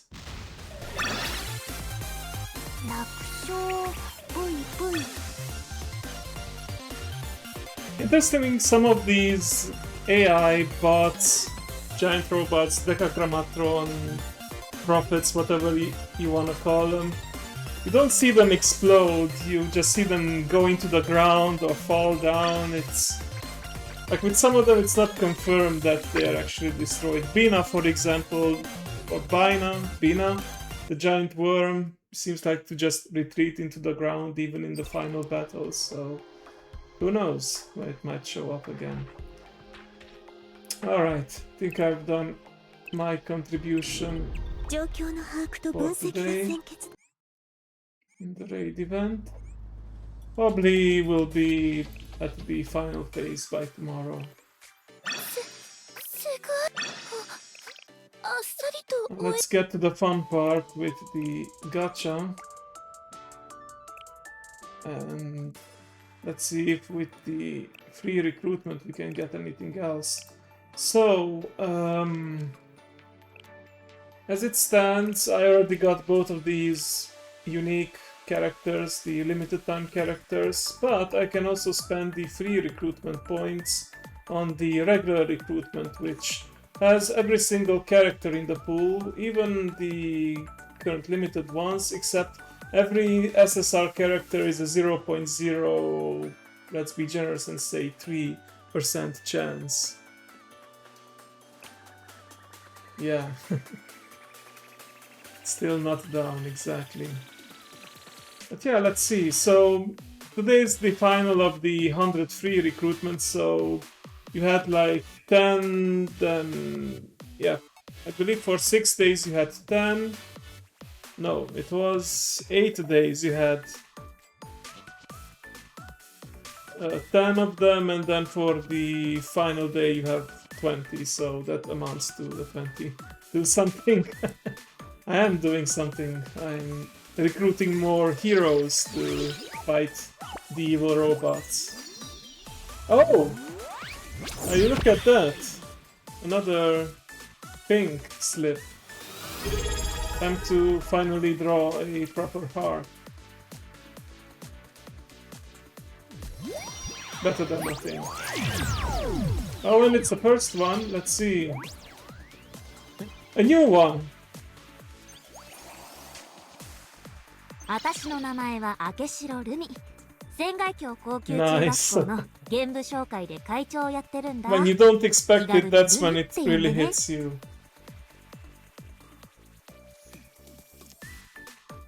Rumi. Yeah, I think she's the Fennec Fox girl too. So perfect, very fitting. 本の中の物語のように。Alright, just out of respect, I will still go through the rest of them. I won't skip because 小さいからって舐めない。 third anniversary 小さいからって舐めないで。 could be. じゃーん。ついにと。自警団任務の延長ですね。ミレニアムサイエンス美食研究会のあかりです。これから一緒に美味しいものを食べに行きましょうか。 We'll get through her story then, of course. But we have 10 more free pulls, so let's see.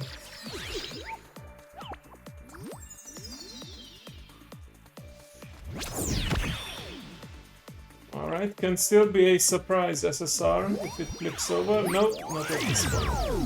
It's okay. But yeah, when you think about that, this banner, the regular recruitment, contains so many characters at such low chances. Getting the one you want or getting a new one can be a challenge. Like, let's see, how many... I can't even count how many 3 stars are here, but quite a lot. Quite a lot indeed.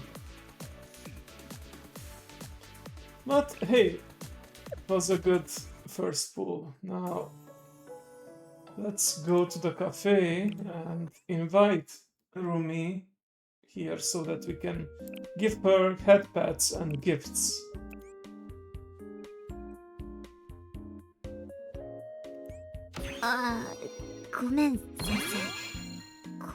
Like that she's winking at us while holding a, what I assume is like a Kalashnikov or some similar assault rifle.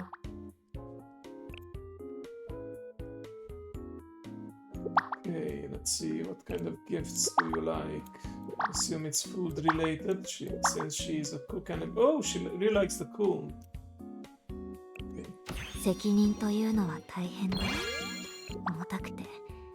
Alright, I don't wanna keep her jealous. I'll give this to...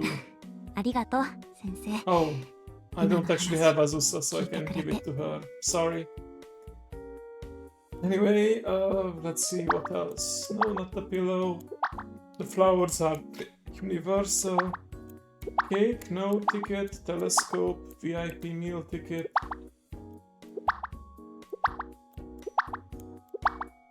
Oh, this one. The cute dishware set. 責任というのは大変で重たくて Yeah, not bad at all. 手放したくもない。 Alright. Rank 20 affection. That means we can unlock probably all the stories. Let me check the student list before we witness it. Alright. I was finally almost done leveling everyone up to 90 and then Rumi adds a new row, but it's okay. I'm not complaining. 成長とは喜ばしいことである。 Okay, そう Himari is 理解は almost しているの 90. ですが Let's see, Rumi. 同時に先生がどれほ Oh, I ど don't. 私のためにリ There's ソ not ース a を whole 割い lot て of くださったのかと Shanghai 思い Jing を馳せるので students, す。 so I have a whole lot of their skill items saved up. しないでくださいね。 I have a lot of their skill items saved up, so I can quickly level 強 them く up なっ like たから this. ご飯をこれからもっ Well, と she's a たくさ healer ん作れる too, ん so じゃ。 that should come in handy. 先生、 How is she healing お腹 exactly 空い though? てない？ Okay, deliver one fried rice to an ally. It's called world's tastiest. Other than the user for recovery. The fried rice will then bounce to allies nearby to target for additional recovery. Maximum 4 allies. First 4 targets recovers this much. Second, or first and fourth. Second and third recover less. Interesting that the first and the last one seem to be getting the most of it. Okay. Passive sub-skill continuously recovers healing for allies that are receiving. So it's direct heal and heal over time, just like Holy Priests in WoW, if I understand correctly. Increases normal attack range by 100 and healing by 18.4. Okay. Oh, she's a striker, so she is on the battlefield. She's not like other healers who are special students and stay behind only to be summoned when using abilities. No, she's out there putting her life on the line. Okay. I mean, that assault rifle is not for just for show, right? Okay, and every now and then, every 30 seconds, she deals this much damage to enemies in a fan-shaped area. Nice. Okay, so she's kind of like a paladin in that sense. Bit of damage and healing as well.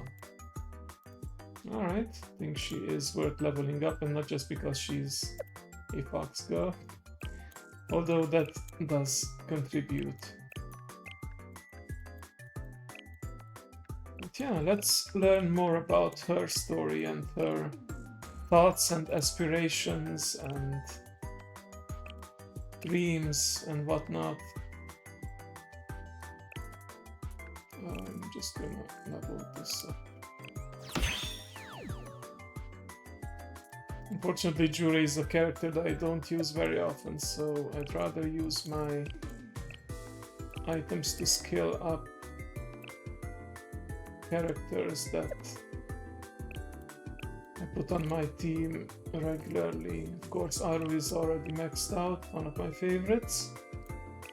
What about Hanako? Hanako is also maxed out, of course. As is one of my main healers, Hanae. Tsubaki. Can I get Tsubaki to level 5? Not quite yet, it's fine.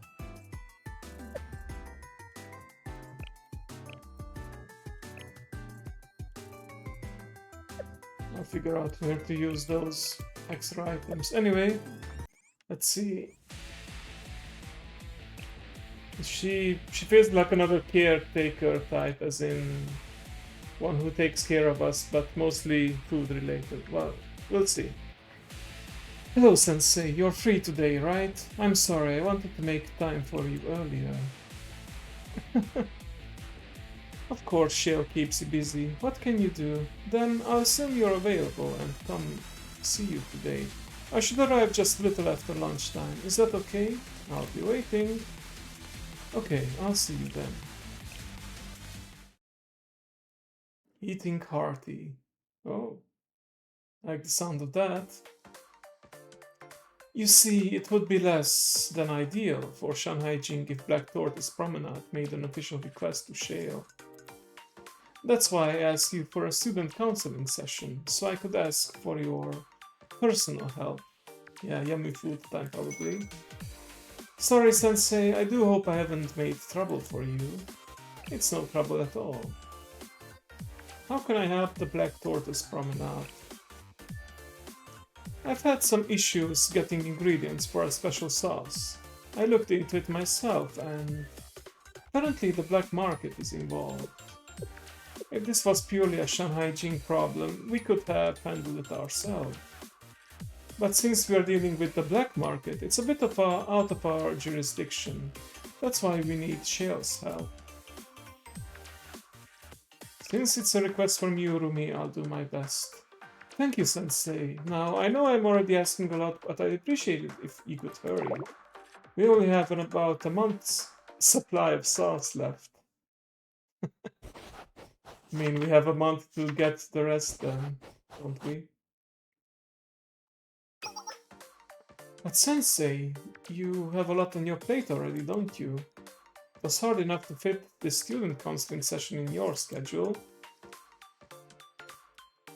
I try to make time for all my students, I really do. Is there some way I can help you? Just knowing you trust me with your problems is enough for me. How kind of us. In other words, you don't think there's anything I can do? Well, that's terribly disappointing. There must be something I could do. Oh, have you had lunch? Surely you have by now, right? I didn't have time to cook or order anything today. What did you say? You're joking. Rumi? Hush! For your information, skipping a meal is something I will absolutely not allow. Is that so? That settles it. If you don't feed yourself, Sensei, then I will. Let's put on the determined angry face for this. Rumi rolled up her sleeves and marched to the Shale Lounge.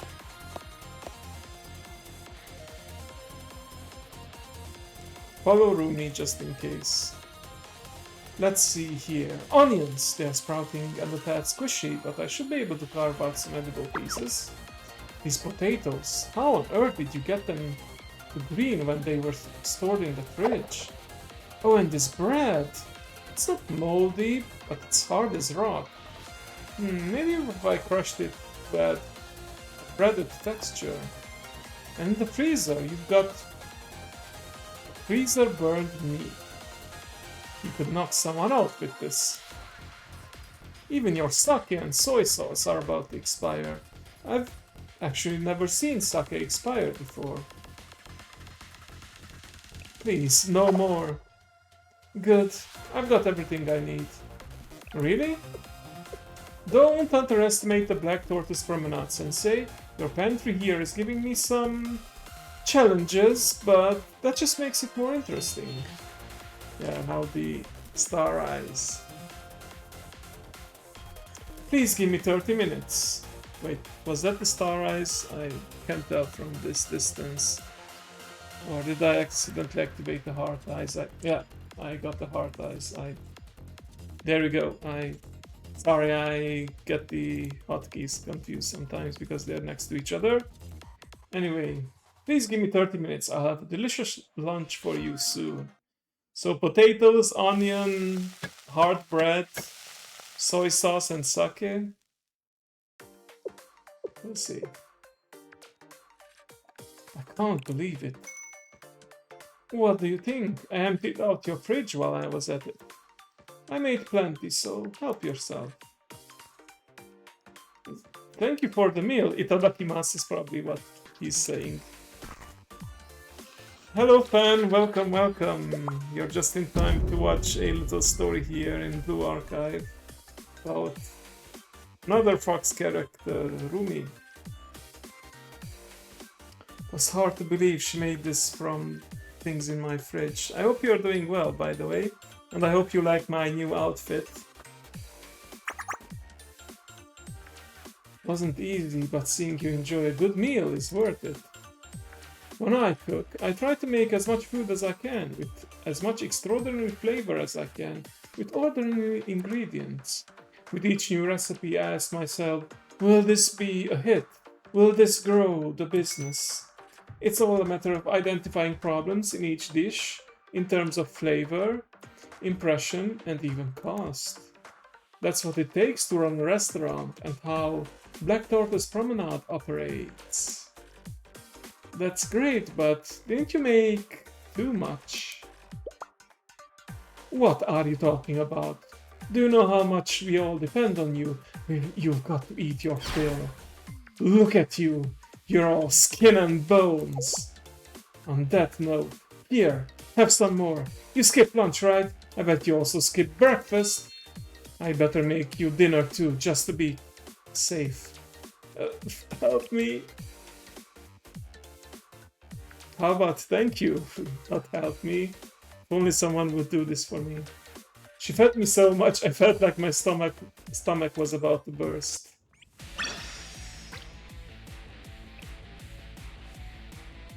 Alright, what's next? Sensei, do you have time right now? You're not going to tell me you're backed up with work again, are you? If it's for a student, I'll make the time. Really? Are you sure? Okay. I'm at the Black Tortoise Promenade, and I'm working on a new dish. Do you think you can come taste it? A new recipe from Rumi. You can say that. Well, if you have a chance, I'd really love it if you could meet me at the Black Tortoise Promenade. I'll always be waiting for you, Sensei. Alright, let's see.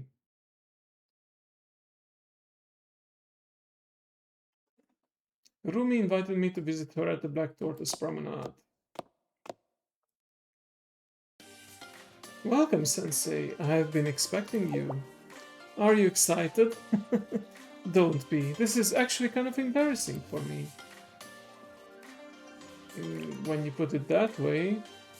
About that, normally I would get help from others, of course, but everyone's too busy to help me right now. That's why you're here. They're all hard at work at studying, but the club is important too. At least that's how I feel. Something smells fishy.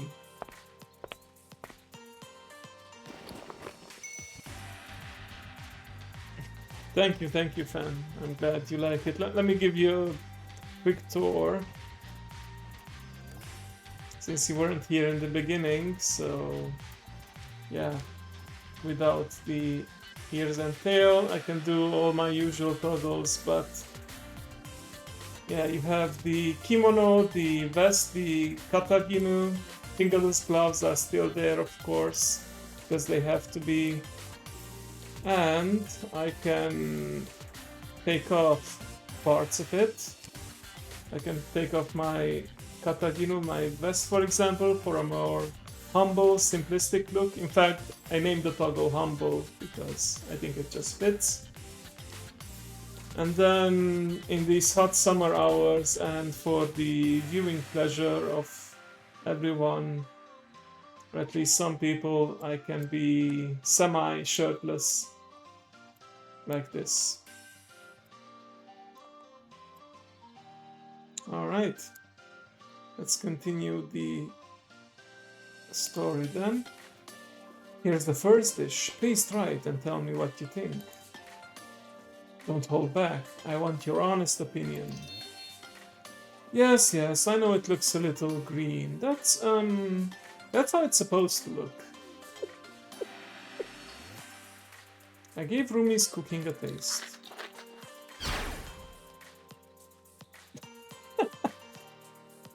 I can feel my tongue! Okay, that's alright. I'll make a note about this dish. It's probably really spicy. There's nothing alright about any of this. No need to get upset. There are more dishes for you to try. Imagine you could have shoulders like half hanging off your arms. Yeah, that could be an idea for the future, maybe. I kind of like how this looks with the Tataginu. It's so greasy. I see, just as I expected. Okay, next dish is the last one. Listen, I don't know if I can survive another dish. Oh, Sensei, you can't back out now. You've already come so far and you want to give up halfway? In for a penny, in for a pound, as they say. It's only fair, right? Life is full of trials, like this one. You're an adult, Sensei. I'm sure you've had your fair share. Making sure it stays. Yeah, I'll look into it. But yeah, I'm really happy with how this turned out. I tried Rumi's cooking again. Unbelievable! Such harmony of flavor. Finally, success. Bitterness isn't an easy flavor to use well. You could cut it with salt, but then you risk the whole dish becoming too salty. So I try to balance it with fat and spiciness. The idea is to coat the tongue to cover the bitterness and give your taste buds a little thrill.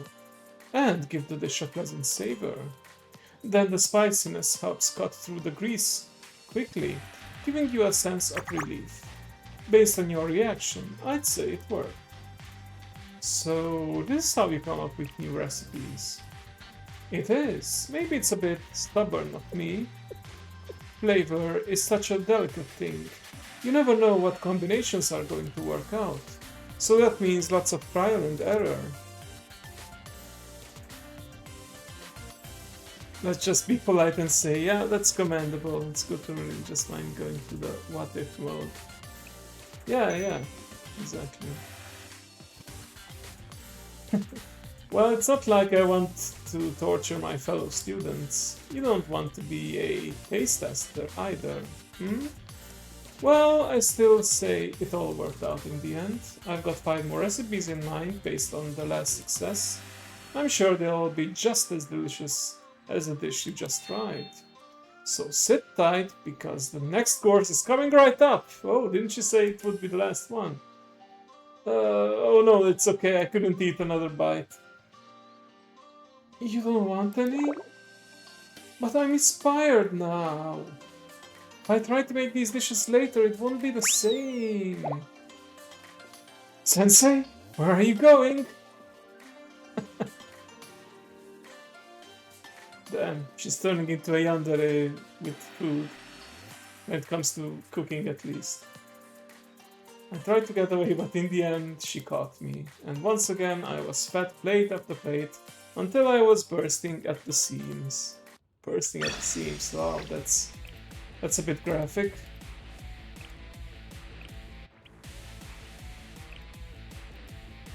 How are you, Sensei? You're not skipping your meals again, are you?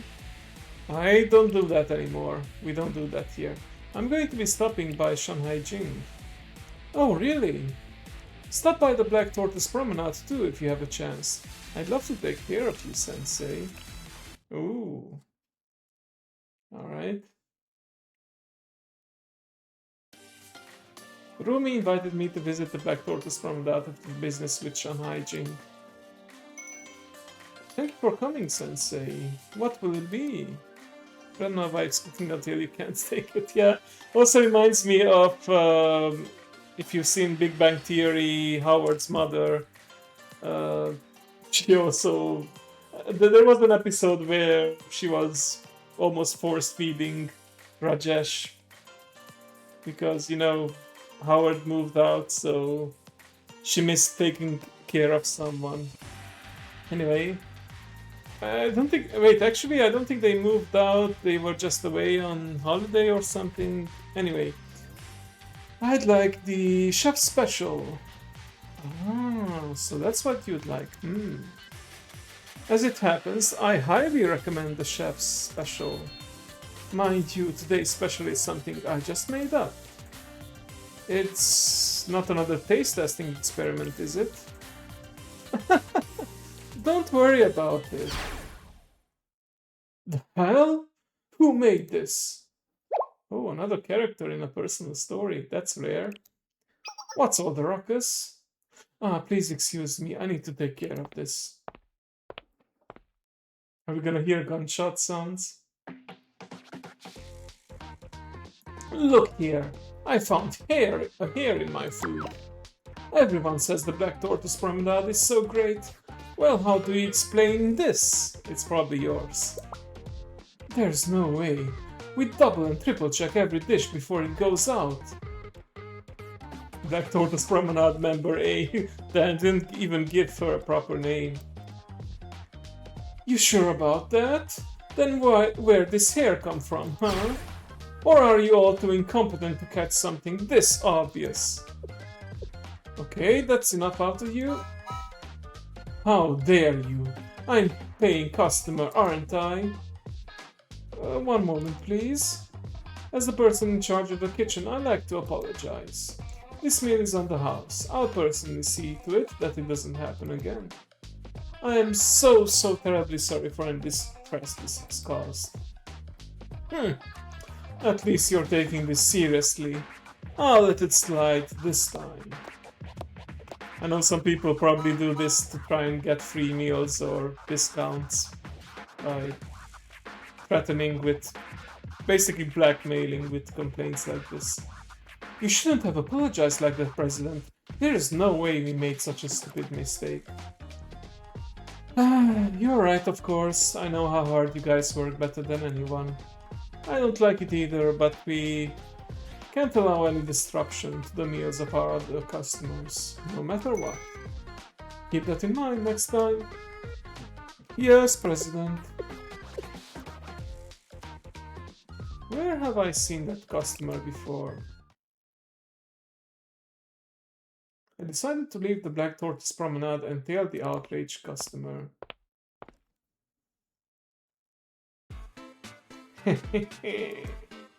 That's another free lunch in the bag. It worked.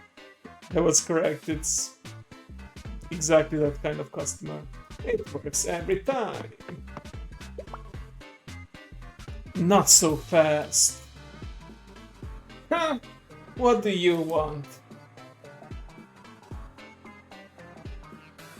I saw your face in the Valkyrie Public Safety Bureau incident sheet. How did you know about that? I mean, you can't prove nothing. Wait, you're that person with Shale, that sensei. Guilty as charged, as are you. So what if you heard of me? There's nothing you can do about it. Maybe not alone, but they're not alone. Who's there? Ah, dear customer, it is so good to see you again. What are you going to do? I left your little restaurant, didn't I?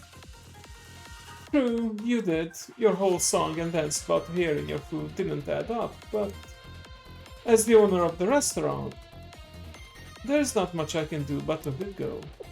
But I'm not at the restaurant now, am I? What are you doing? Get away from me! Your request is refused. You've made 3 grave mistakes. First, you disrespected Sensei in front of me, a student.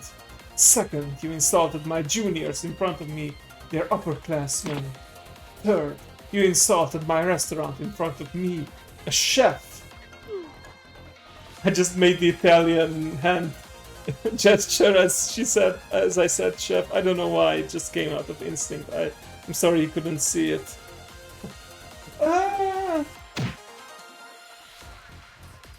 Rumi landed a beautiful uppercut on the infamous Dine and Dasher. Whew. Thanks, Sensei. I feel a lot better. If you hadn't tailed that Dine and Dasher, I would have had to let them go. I contacted Valkyrie. They'll be here soon. Nothing gets past you, Sensei. As a token of appreciation. Please, no, I don't need anything. I know that. That's why I'm having your meal delivered to Shale. Since you've had to waste your lunch break, I threw in a free dessert. You really can't stop feeding everyone around you, huh? Yeah, exactly that. Thank you, Mal. What can I say? It's a habit of mine. I am a chef, after all.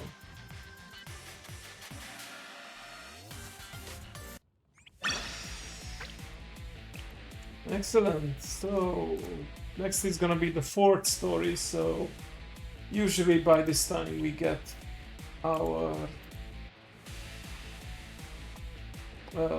lobby animation as well. You probably don't know, but you've got a special at the Black Tortoise Promenade. Or we've got a special. What is it? Just like the name suggests, it means that a certain dish will be sold at a discount this week.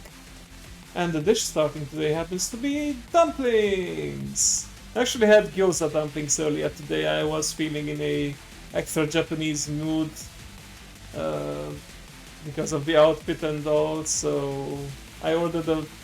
It's actually not... It's more like an Asian fusion restaurant, and it was a bento box and had all sorts of items in it, including some gyoza dumplings, and it also had karage, the fried chicken, and some yakisoba noodles, so very good.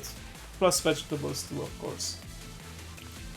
I don't know how authentic it was when it comes to bento boxes, but the important thing that it fed my hunger and it was delicious. And I had actual bento boxes in Japan, so yeah. Yeah, so I'll be steaming dumplings for the rest of the morning. Can I come see? Oh, a visit from Sensei. I have no objection. If you have time, that is. Amazingly, I'm free this morning. Is that so? I'd love for you to come. I'll be waiting. And yep, there it is. Rumi's recollection lobby.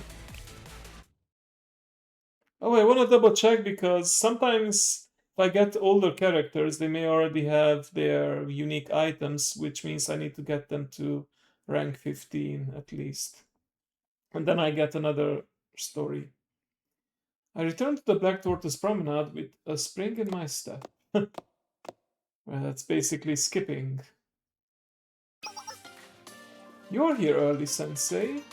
Good timing, actually. We're just about to start streaming. Oh, steaming some dumplings.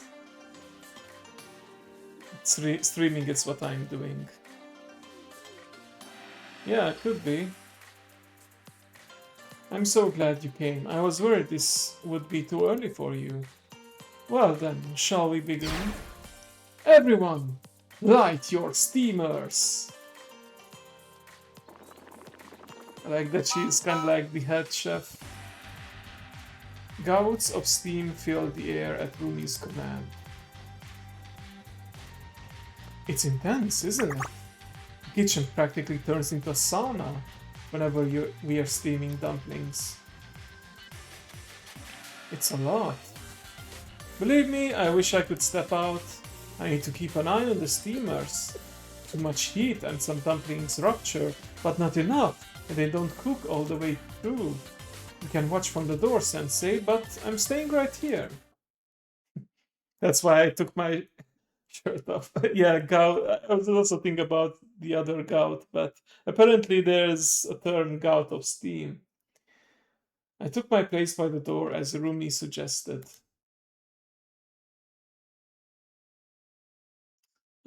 Hey, Rumi? What is it, Sensei? Is something wrong? Oh. Oh, sweaty, cute anime girl.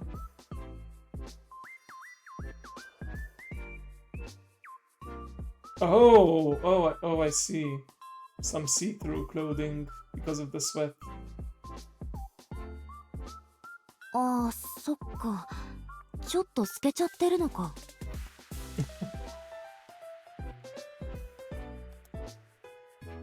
ま、気にしないでよ。減るもんじゃないしさ。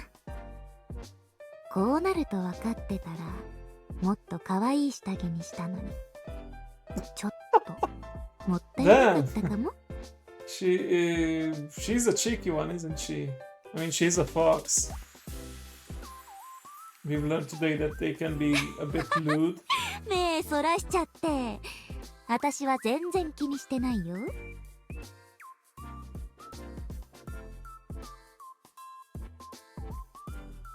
先生って意外とそういうところあるんだね。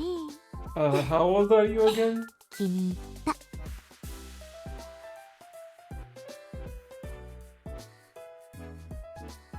No, I can't help but... Sorry, I'll wait until after we're done with the voiceover.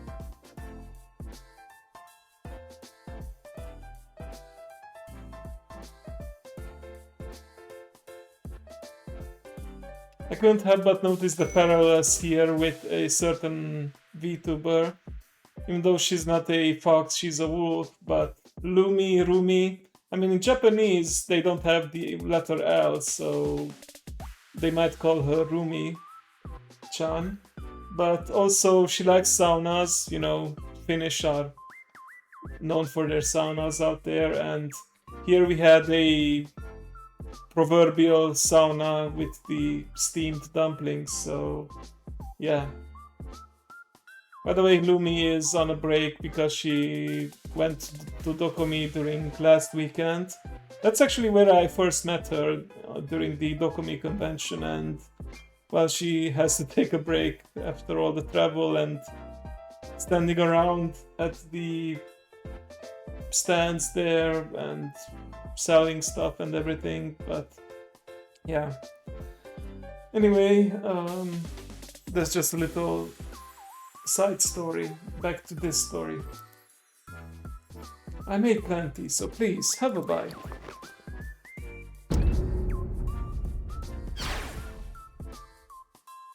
Is that a fish? Almost a whole fish inside the dumpling? What's the matter? You see, I tried something called a sardine pie at Trinity the other day, and it was pretty good. So I thought I tried to make a sardine dumpling. This year's Dokumi was the largest day I've ever had. Yeah, and once again it was during the same weekend as TwitchCon Europe, which... I don't know if I told the story how during 1 year I combined both Dokumi and TwitchCon because I was feeling adventurous. So I went on Friday to Dokumi, which made me miss Lumi because she was there only on Saturday and Sunday, and then took a train to Rotterdam, and yeah, went with a friend of mine who was hosting me there in the Netherlands to TwitchCon Europe. It was fun, but I wouldn't do it again anytime soon, and I think he actually moved right now to Belgium, so yeah, wouldn't be able to be hosted like that anyway. Or at the very least, he moved from his other apartment. Anyway, oh, she's 17, okay. Yeah, and I've been to Dokumi before. I think I would return to Dokumi. It's too large and commercial for my taste. I would go if I had a good reason to. And seeing Gloomy as enticing as that is just not for me. If Yuri and the others went, maybe, but other than that, yeah, I would have to have a really good reason. I think I've been a total of 3 times now, and that's enough for me. Also, TwitchCon, again, would have to be with someone like how I went with the friend of mine back in... Was it 20? I think it was 2 years ago by now. Maybe even 3. But yeah, it was certainly... Yeah, I think it was 2 years ago. 2 years ago is when Dokumi and TwitchCon was during the same weekend, except TwitchCon was still only 2 days, but then they also extended it to 3 days. Something along those lines. Yeah, I went on a tangent there, didn't I? While you admire the sardine dumpling. Anyway, yeah. I will go to... Bottom line is I will go to Dokumi again in the future, maybe, but not alone. Like I went before.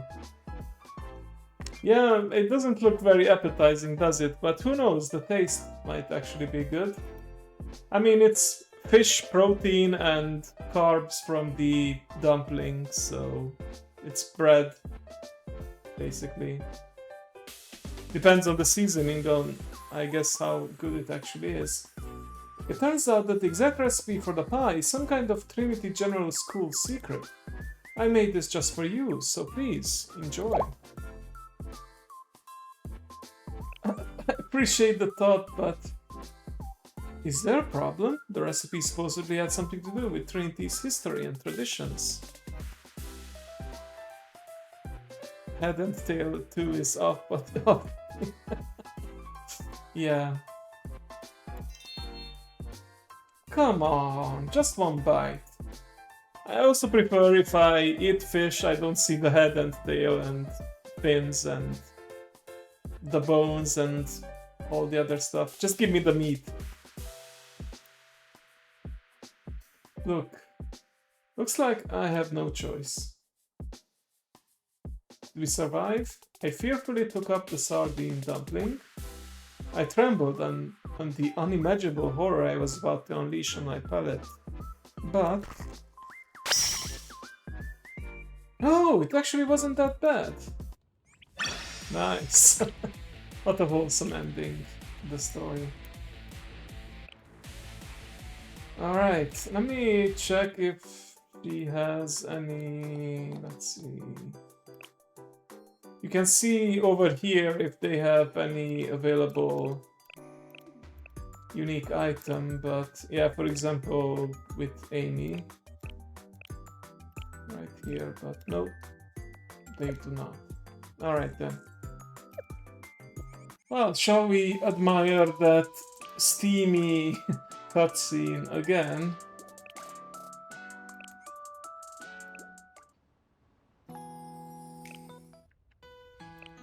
Well, these are also pretty steamy in their own way. That's wholesome. It's pretty fun with the driving, the sunset and the music. That's a bit spicy as well with the cabedon and armpits. That some people go crazy for.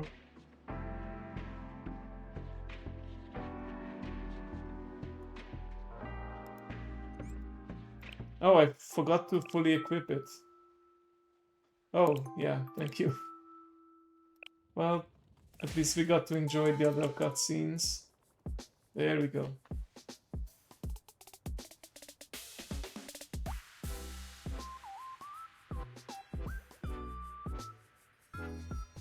Just noticed very interesting eye colors. I can't tell, there seem to be some interesting shade of green, or wait, I gotta look closer at her profile now. Let's see, Rumi.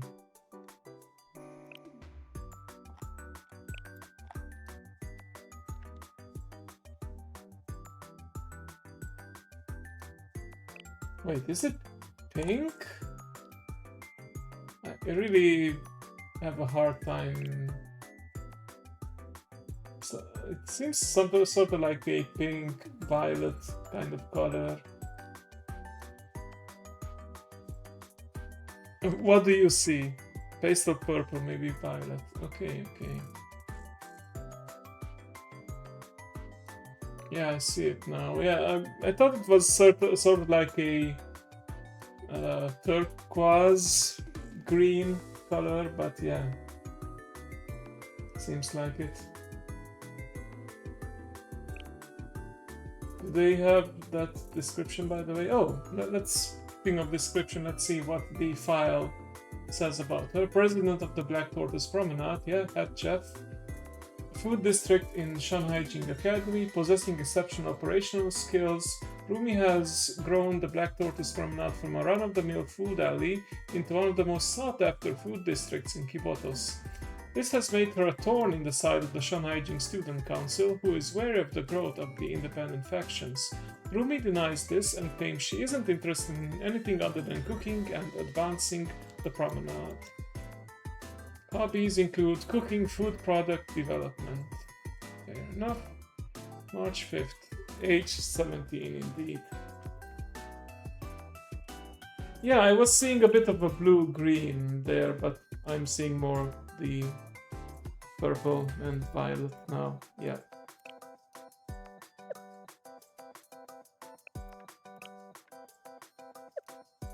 Alright. I would love to actually see her in action though, so let's see. Oh, you know what? An easy way we can test out without putting them in too much danger is if we go back to, let's say, some of the earlier areas, because I also want to see some of the newer students I just recruited. So if I go to the first area, let's say this over here, recommended level 4. Okay, level 1s should still be fine here, especially if I bring one higher level character. So, excuse me. Let's see.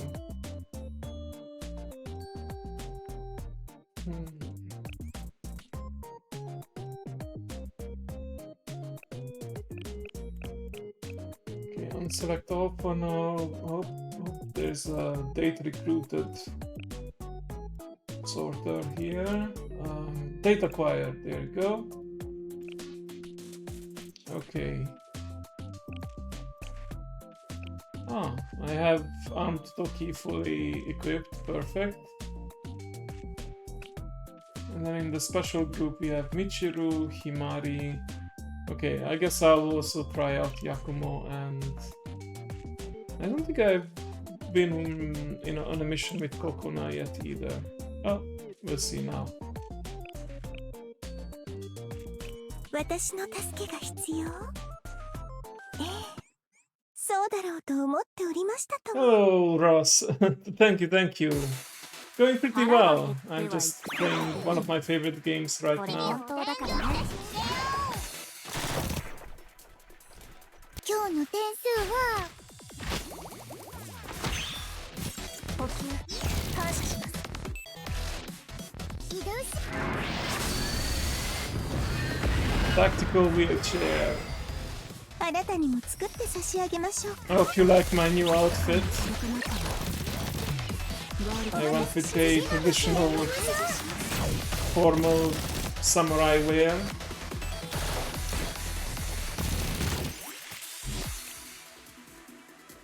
Deal damage to one enemy. Oh, this one is interesting because you can both hit friendlies and enemies with it, and it will either heal and remove debuffs or damage enemies. Okay. That's also healing.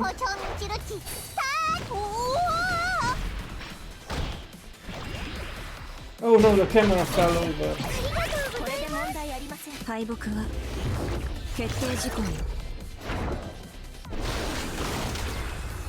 Oh, gives me Tron vibes.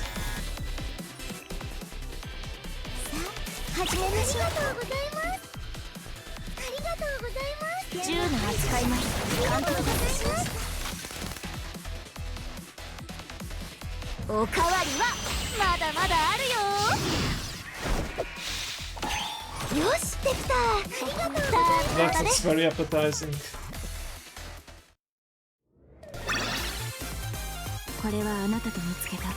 I mean, the Shogun came from the samurai because they were like military leaders. But hang on, I think I had the article here somewhere. It's basically inspired by these outfits. It's formerly called a kamishimo. Samurai former wear. Of course, they would not Yeah. Yeah, Boss of the Samurai, exactly. Well put. That's Oda Nobunaga, the first unifier of Japan, wearing a early form of the Kamishimo. You can buy them even these days, so yeah.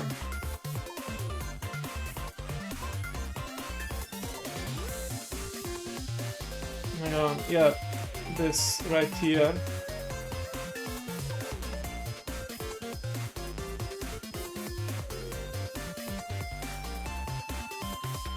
And there was a version with really long hakama, so really long skirt part, but not for me. I'm going with the regular length, I would say. And also, technically, I don't have the hakama, I just have the kimono, no lower part attached to it.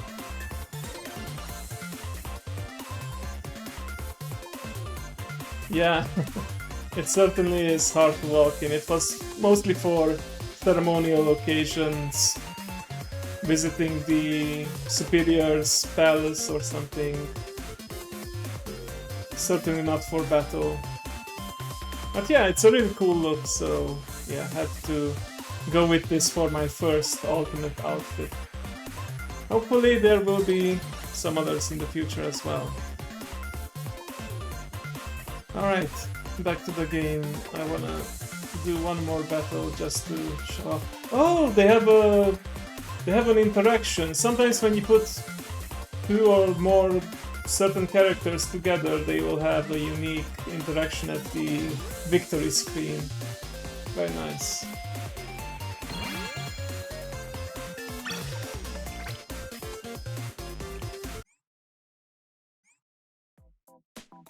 Yeah, they are. Some of the characters are rather friendly with each other. Well noticed. Regent Lord. Yeah, I prefer not to have such titles, but it reminds me somehow in plays and you know, roleplay events and whatnot, somehow I always ended up in a role of some kind of official or leader or royal or something like that.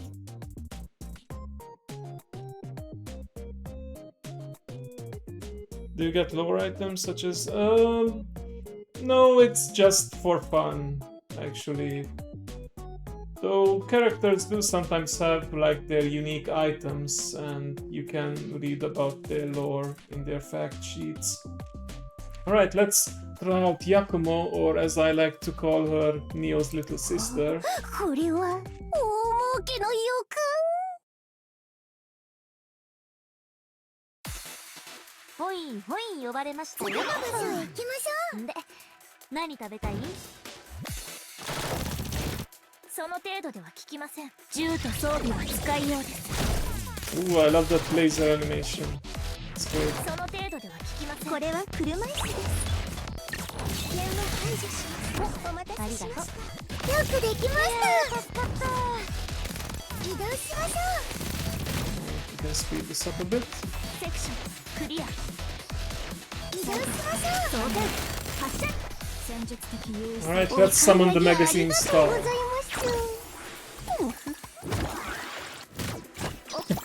Smart businesswoman.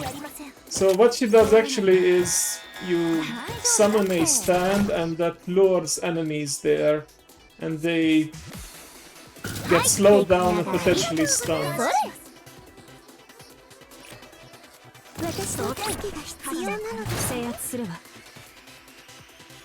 Yeah, it's like a debuff. これはあなたと見つけた無限の可能性。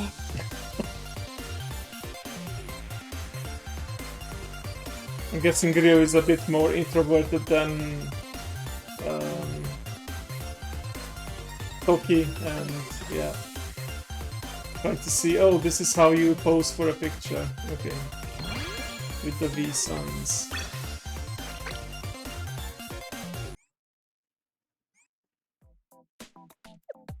Alright, I think I am about ready to wrap this up.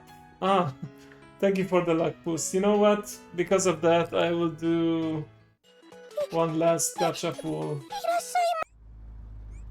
I want to save up the rest of this for the next banner, which starts next week, but we can do one, sure, for the community.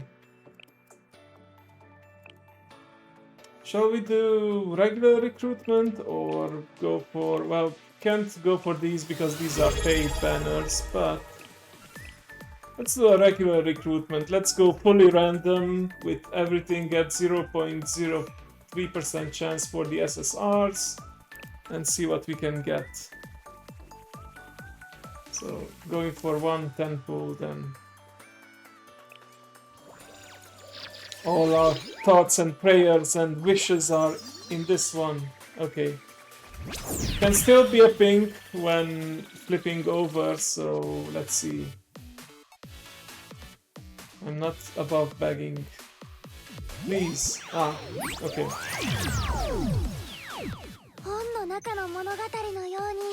Not this time, but I appreciate your good wishes. We'll be back next week with this, and well, because I saved up at least 24,000 gems, I am guaranteed to get at least one character with the recruitment point, which is like the heart pity system, but I also have a whole bunch of these so-called archive recruitment tickets. Now the thing about this is that this has a more limited roster and usually older characters, and I don't have any characters missing from here, but who knows, maybe in the future they will update the roster and have more characters that I don't have yet, but you know what, just for fun, and because I have so many tickets, let's do one temple here. Let's see what we can get. Okay, good night, thank you for dropping by. I will also end it shortly, but wanted to do a bit more gacha before that. Okay.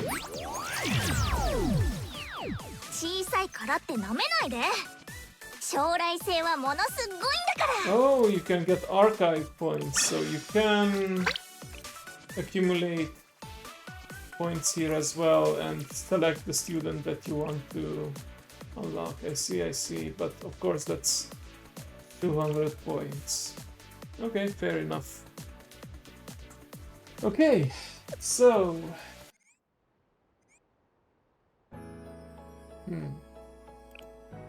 this looks like a good buy screen if I ever saw one, but yeah, thank you for joining me today.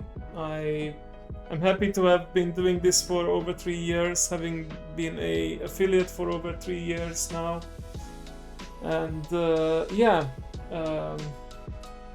I'm glad you like my new outfit. I will be using it a lot more, and hopefully there will be more outfits like this. Well, not exactly like this, but you know what I mean. More outfits like this in the future. I'm censoring her behind for the moment. Just so that Twitch doesn't get mad. But in any case, thank you for joining me today. Have a good rest. Have a good rest of your day, wherever you are. And take care of yourself and love each other, or else. Well, I will see you next time.